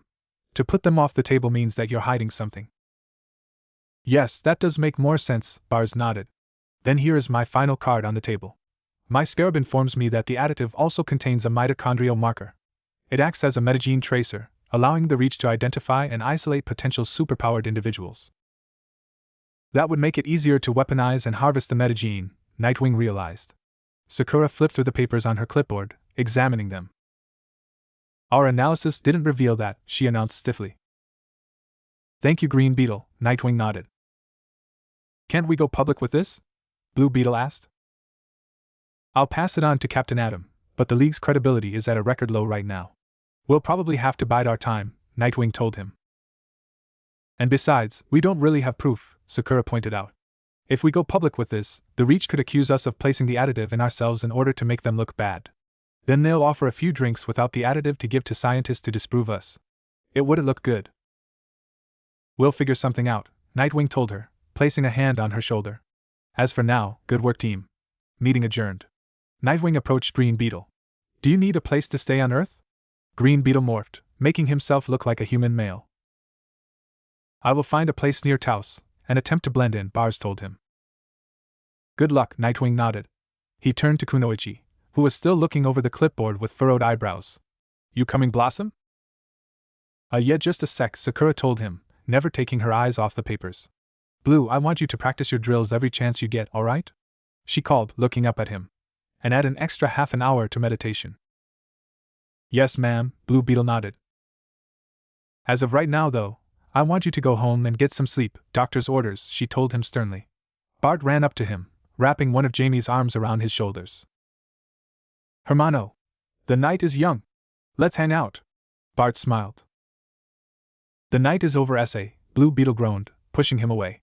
All I want to do is go home and catch some Zs. Which I'm now ordered to do. Why don't we meet up first thing in the morning, like around noon? Sounds crash. Bart cheered. See you then. With that, the speedster ran off. I'm serious, Jamie. Get some sleep, Sakura told him, walking out of the room. Nightwing wrapped an arm around her waist as she passed him. Is something wrong? Connor asked, noticing that Sakura was still looking over the papers. I didn't notice the mitochondrial marker, Sakura hissed. That's impossible. I never miss things. Hey, everyone misses something from time to time, Nightwing told her. Not me, Sakura shouted. She flinched and sighed, looking away as the three of them paused. I'm sorry, I didn't mean to yell. It's fine, Connor told her. You're just stressed, Nightwing said. You've been working late trying to stop the marriage contract and everything happening with Hiroki, and then you've been training with Blue Beetle, and I heard you're doing an experiment with Bart, and now we're adding studying this additive as well. You're overworked. Trust me, after living with Batman since I was 9, I know the signs. Well, so do I. I'm a doctor, remember, Sakura huffed. And I also don't trust Green Beetle. There's just something about him that sets me on edge. Gan said he was on our side, don't you trust her? Connor asked. Of course I trust Gan, Sakura told him. But ever since that raid on the Reach's ship, she's been hesitant to use her powers. I still say we should have called Ibiki and tortured the truth out of Green Beetle. Do you even hear yourself right now? Connor asked. You're suggesting that we should have tortured someone who's been proven to be innocent. Calm down, Superba, Nightwing ordered. She's just stressed. And don't forget where she's been for the past 3 years. Connor closed his mouth and sighed. Sorry, Sakura, he whispered. No, I should be sorry, Sakura sighed, folding her hands together, with the clipboards still in them. My mind is still set on a war that's been over for 6 months now. I shouldn't be thinking of such methods for getting information. Why don't you go back to the manor and get some rest? Nightwing suggested. I can't, Sakura sighed. I still have work to do here. I need to re-examine the additive, and I also have to help Asami with her new powers. I'll see you guys later. Sakura turned around and continued walking down the hallway. She is overworked, Connor agreed. Not surprised, she's always been determined, Nightwing sighed, crossing his arms. But I do worry for her sometimes. Let's go back to the warehouse. Sakura punched the 2 cement blocks that were thrown at her. They broke in half instantly at her touch. A third cement block was thrown from her side and Sakura swung her leg, kicking it. The group stared at her in shock as she lowered her leg, not even breaking a sweat. Subarashi, Asami gasped, clapping her hands. You're going to teach her that? Virgil asked in shock. You are one local lady, Ed chuckled. Well, we're not going to start off with cinder blocks, obviously, Sakura rolled her eyes. She turned to Asami. Saisho and I watashi wa dano yo and I shichusuru anata no yori akainode, yabitasa koto ga dekimasu anata no chikara and I ajite kanten and I oishizuru hitsuyo ga aramasu. First I have to teach you how to focus your chi better so you can call upon your powers easier, Sakura told her. Hi, Asami cheered, rushing towards her. Sakura led the Japanese girl away from the speechless boys. Sakura sat down on a blue mat, and Asami sat across from her. Watashi wa anata ga chukai shirtai. Anata no karata no tokudai no byuban ni sabit no energy ni shota no atita mesu. No wa, anata no ti de hajamashu. Anata no karata no chua ni anata no kai o shichushite. Anata no ti ni sor o riderakudo. I want you to mediate. Focus on bringing all the energy to a certain part of your body. Let's start with your hands. Focus your chi to the center of your body and then redirect it to your hands. Sakura ordered. Sate, all right, Asami nodded. She pressed her hands together and closed her eyes, concentrating. Fokasu o ushinat wa ikinai, don't lose focus. Asami nodded her head and took a deep breath, concentrating. Sakura looked over to the boys that were laughing as Virgil made nails chase Ed, who was teleporting away before they could catch him. When she looked back at Asami, she noticed that the Japanese girl was watching the boys as well. Asami, Shoten, Asami, focus, Sakura giggled. Asami turned back to her, blushing at being caught. She closed her eyes once more and took another breath. Her ears twitched when Tai let out a shout as Ed ducked behind him to avoid the nails. Sima Mason Ga, Watashi wa shichusura koto ga dekimasen. I'm sorry, but I can't focus. Asami sighed, her shoulders dropping in despair. Sakura smiled and placed a hand on her shoulder. Soa wa, daijabuta ayu koto wa, rinshijie nani no tame and ayaru no kata. Ima, moichido tame shite kudasai. Kanai wa, bakajita shonen tachi o shithan shiyu tasuru. It's alright, that's what practice is for. Now try again. This time, try to block out the idiotic boys. Asami giggled and nodded, closing her eyes once more. Wayne Manor. April 10th. A steady beep rang out through Sakura's bedroom. The pinkette jumped as she heard it start. She glanced at the clock, seeing that it was already around noon. She was working all night long and hadn't gotten any sleep. She suppressed a yawn and reached for her phone. Moshi Moshi? She answered. Sakura, I'm free, Jamie told her. You're free? What are you talking about? Sakura asked. The green beetle, he silenced my scarab. I am in control. The Reach can't touch me and use me as a weapon, Jamie told her. Jamie, are you absolutely sure about that? Sakura asked, narrowing her eyes. I'm positive. I can't hear the scarab at all. He's completely silent. And I have control, complete control of my suit, Jamie told her. Good for you, Sakura told him. I guess that means our training sessions are over now, huh? Yeah, I guess they are, Jamie said sadly. Don't be sad, kid, you've accomplished the goal of the training. You just used a different method, which isn't a bad thing, Sakura assured him. Well, alright, I just wanted to tell you, Jamie said. I get it, goodbye, Jamie, Sakura told him, before hanging up her phone. She set her chin on her hand, glaring at nothing in particular. What are you up to, Green Beetle? Bloodhaven. April 12th. Sakura sighed as she laid back on Dick's couch. She flipped through the papers once more, looking them over with deep concentration. Dick walked into the living room, while adjusting his jacket sleeve. He looked over at her and sighed to himself. He sat down next to her and pulled her onto his lap, kissing her cheek gently. Sakura smiled and set down the papers, leaning into him. You're overworked, Dick muttered into her shoulder. I know, but I want to be free, Sakura whispered. You need a break, Dick said adamantly. I'm taking you out. Sakura giggled and turned around in his grasp, kissing him lightly on the lips. And where should we go? Sakura laughed. Anything that will get you out of this apartment, and your mind off of the contract, Dick answered. Sakura giggled and tapped his nose. But there are things that can do that here, she told him. You're still a pervert, Dick snorted. Sakura laughed, kissed his cheek before standing up. Give me a few minutes to take a shower and get ready, all right? Sakura asked. Sure thing, Dick agreed. He stood up as well and placed his hands on her hips, pulling her close. Only if I get to join you. Who's the pervert now? Sakura laughed, kissing him quickly. You know I'm joking, Dick chuckled, pushing her towards the bathroom. All right, I'm going, Sakura laughed. Ah. Sakura sighed happily as she stretched her arms above her head. I admit I was a bit skeptical that an action movie was going to relax me, but that was really enjoyable. Dick followed behind her, sipping on his pop. Didn't I tell you that you needed a break? Dick smiled, walking beside her. Sakura smiled and hooked their arms together, nuzzling into said limb. You were right. A break was exactly what I needed, Sakura trailed off. That was left unfinished. What were you going to say? Dick asked dryly. Well, my medical license isn't exactly viable in the States, so I was also looking at colleges to get a degree that I could actually use, Sakura confessed. Sakura, Dick sighed. You should worry about that after you get out of this contract. Fine. Then I'll just go back to the apartment and work on the contract again, the pinkette teased.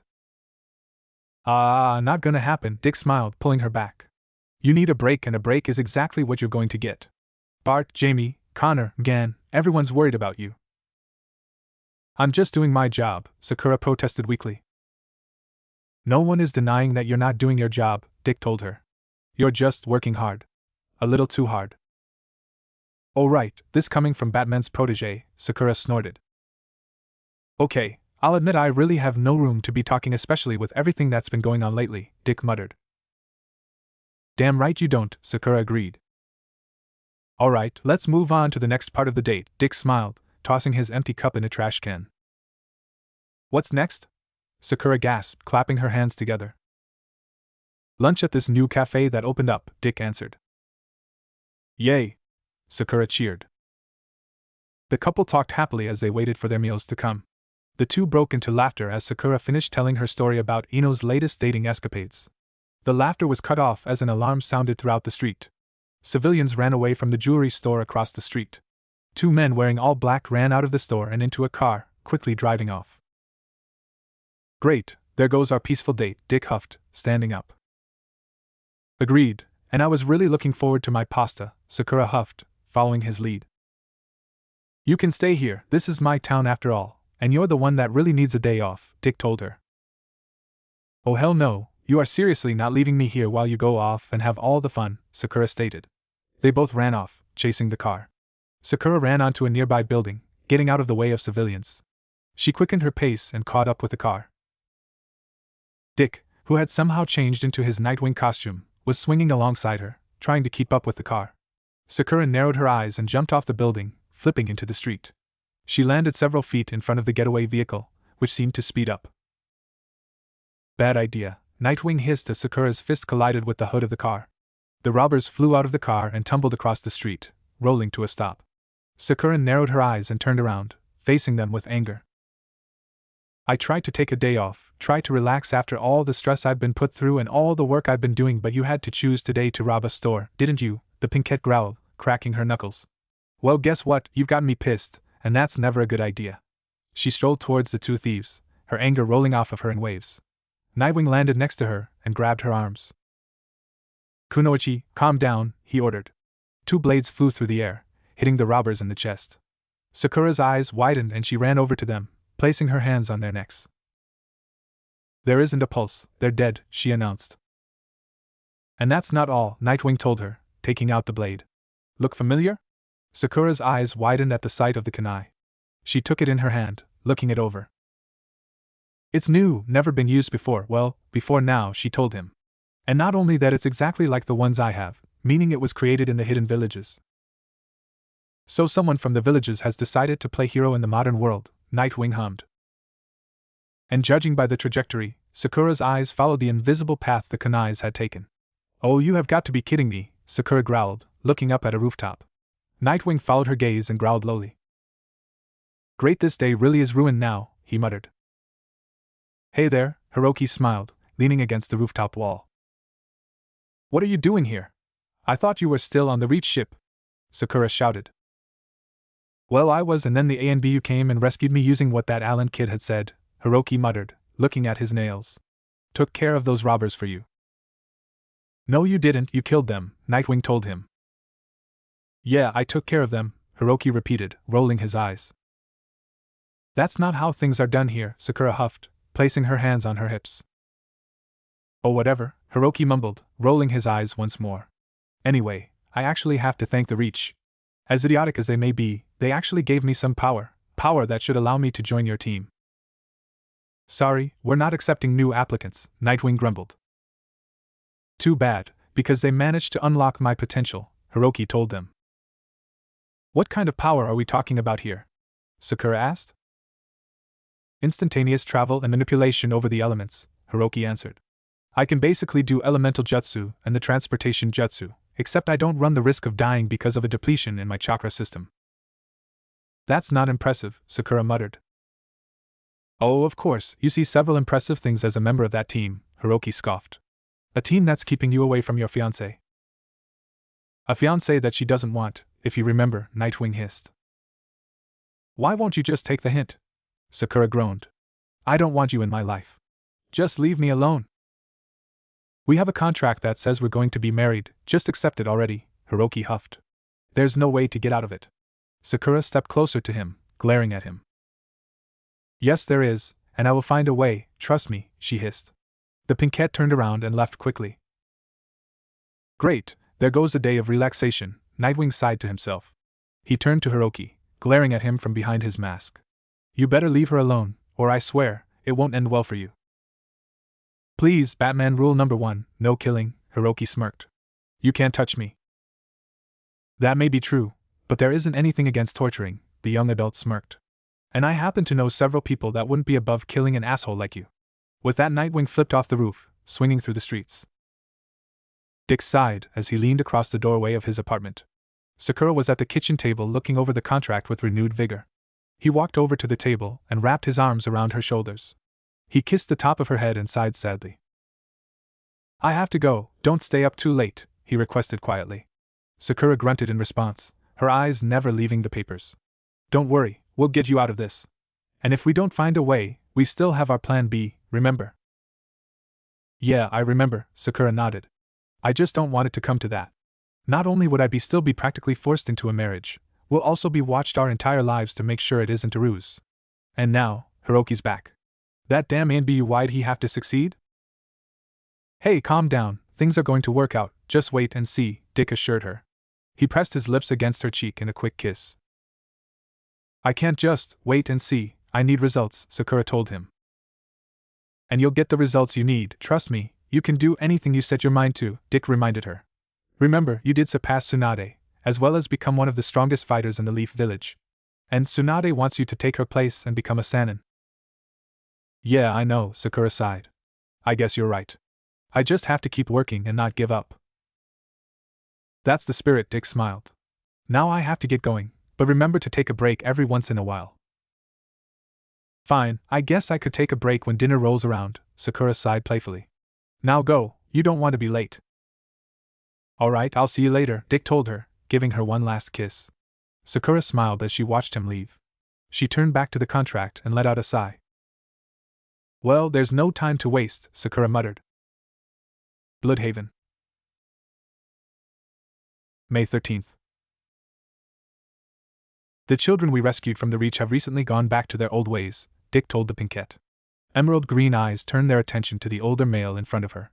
Sakura was lying across the couch, wearing one of Dick's old shirts and pink shorts. The contract was in her lap, and her pink hair was pulled back into a bun. And by that you mean? Sakura pressed, not quite understanding him. They've run away from SDR Lab, he answered. Sakura sighed and rubbed her forehead. I've already told Blue Beetle to go after them. He's friends with Tai, and Asami looks up to you. You two need to convince them that SDR Labs is the best place for them, at least until we can get the Reach off of our world. I don't know, I've seen what those kids have been put through, Sakura told her boyfriend. I mean, I agree that SDR Labs is the safest place for them right now, but those scientists are hard on them. They barely get a break, and when they do, it's short. I know, Dick muttered, running a hand through his hair. But right now, it is the best place for them. Once you and Blue get them back to the lab, you can discuss changes with the scientists. Blossom, I really need you to do this. You and Blue are the only people they could possibly listen to. You two have a greater chance of convincing them to go back than anyone else. All right, Sakura agreed reluctantly. Thank you, Dick smiled, kissing her quickly. Just let me go get changed into my uniform, she sighed, getting off the couch. Taos. Sakura ran across the low rooftops of Taos as she made her way towards the edge of the town. Kunoichi! Blue Beetle shouted. He flew closer to her, keeping up with her. Where are we going? We don't even know where they are. The bus depot, Sakura answered. They probably want to get out of Taos, and the fastest way is there. She came to a screeching halt as the building shook. What's going on? Blue shouted. Tai's tapped into his powers, Sakura answered, pointing at a large astral projection. The figure tossed the roof of the bus depot away. Okay, that's not what I expected, Blue muttered. He and Sakura landed in front of the scientists and security officers. Everyone stay calm. The situation is under control. Blue! Sakura shouted. The fist of the astral projection slammed down on Blue Beetle. Sakura ran over to the teen boy. The projection snatched up the other kids and began to run away. Come on! Sakura shouted, running after them. Go back to the lab, we'll handle this. Blue told the scientist as they passed him. Sakura jumped into the tree line, and they chased the kids. How'd I get? Tai looked around and groaned. Oh, it happened again, didn't it? I thought I was dreaming. No dream, Blue Beetle said, landing on one side of them. Sakura jumped out of the trees, landing on the other side of them. Trust us. We aren't here to hurt you, Sakura told them. Both of them put their hands up, showing peace. But you four need to get back to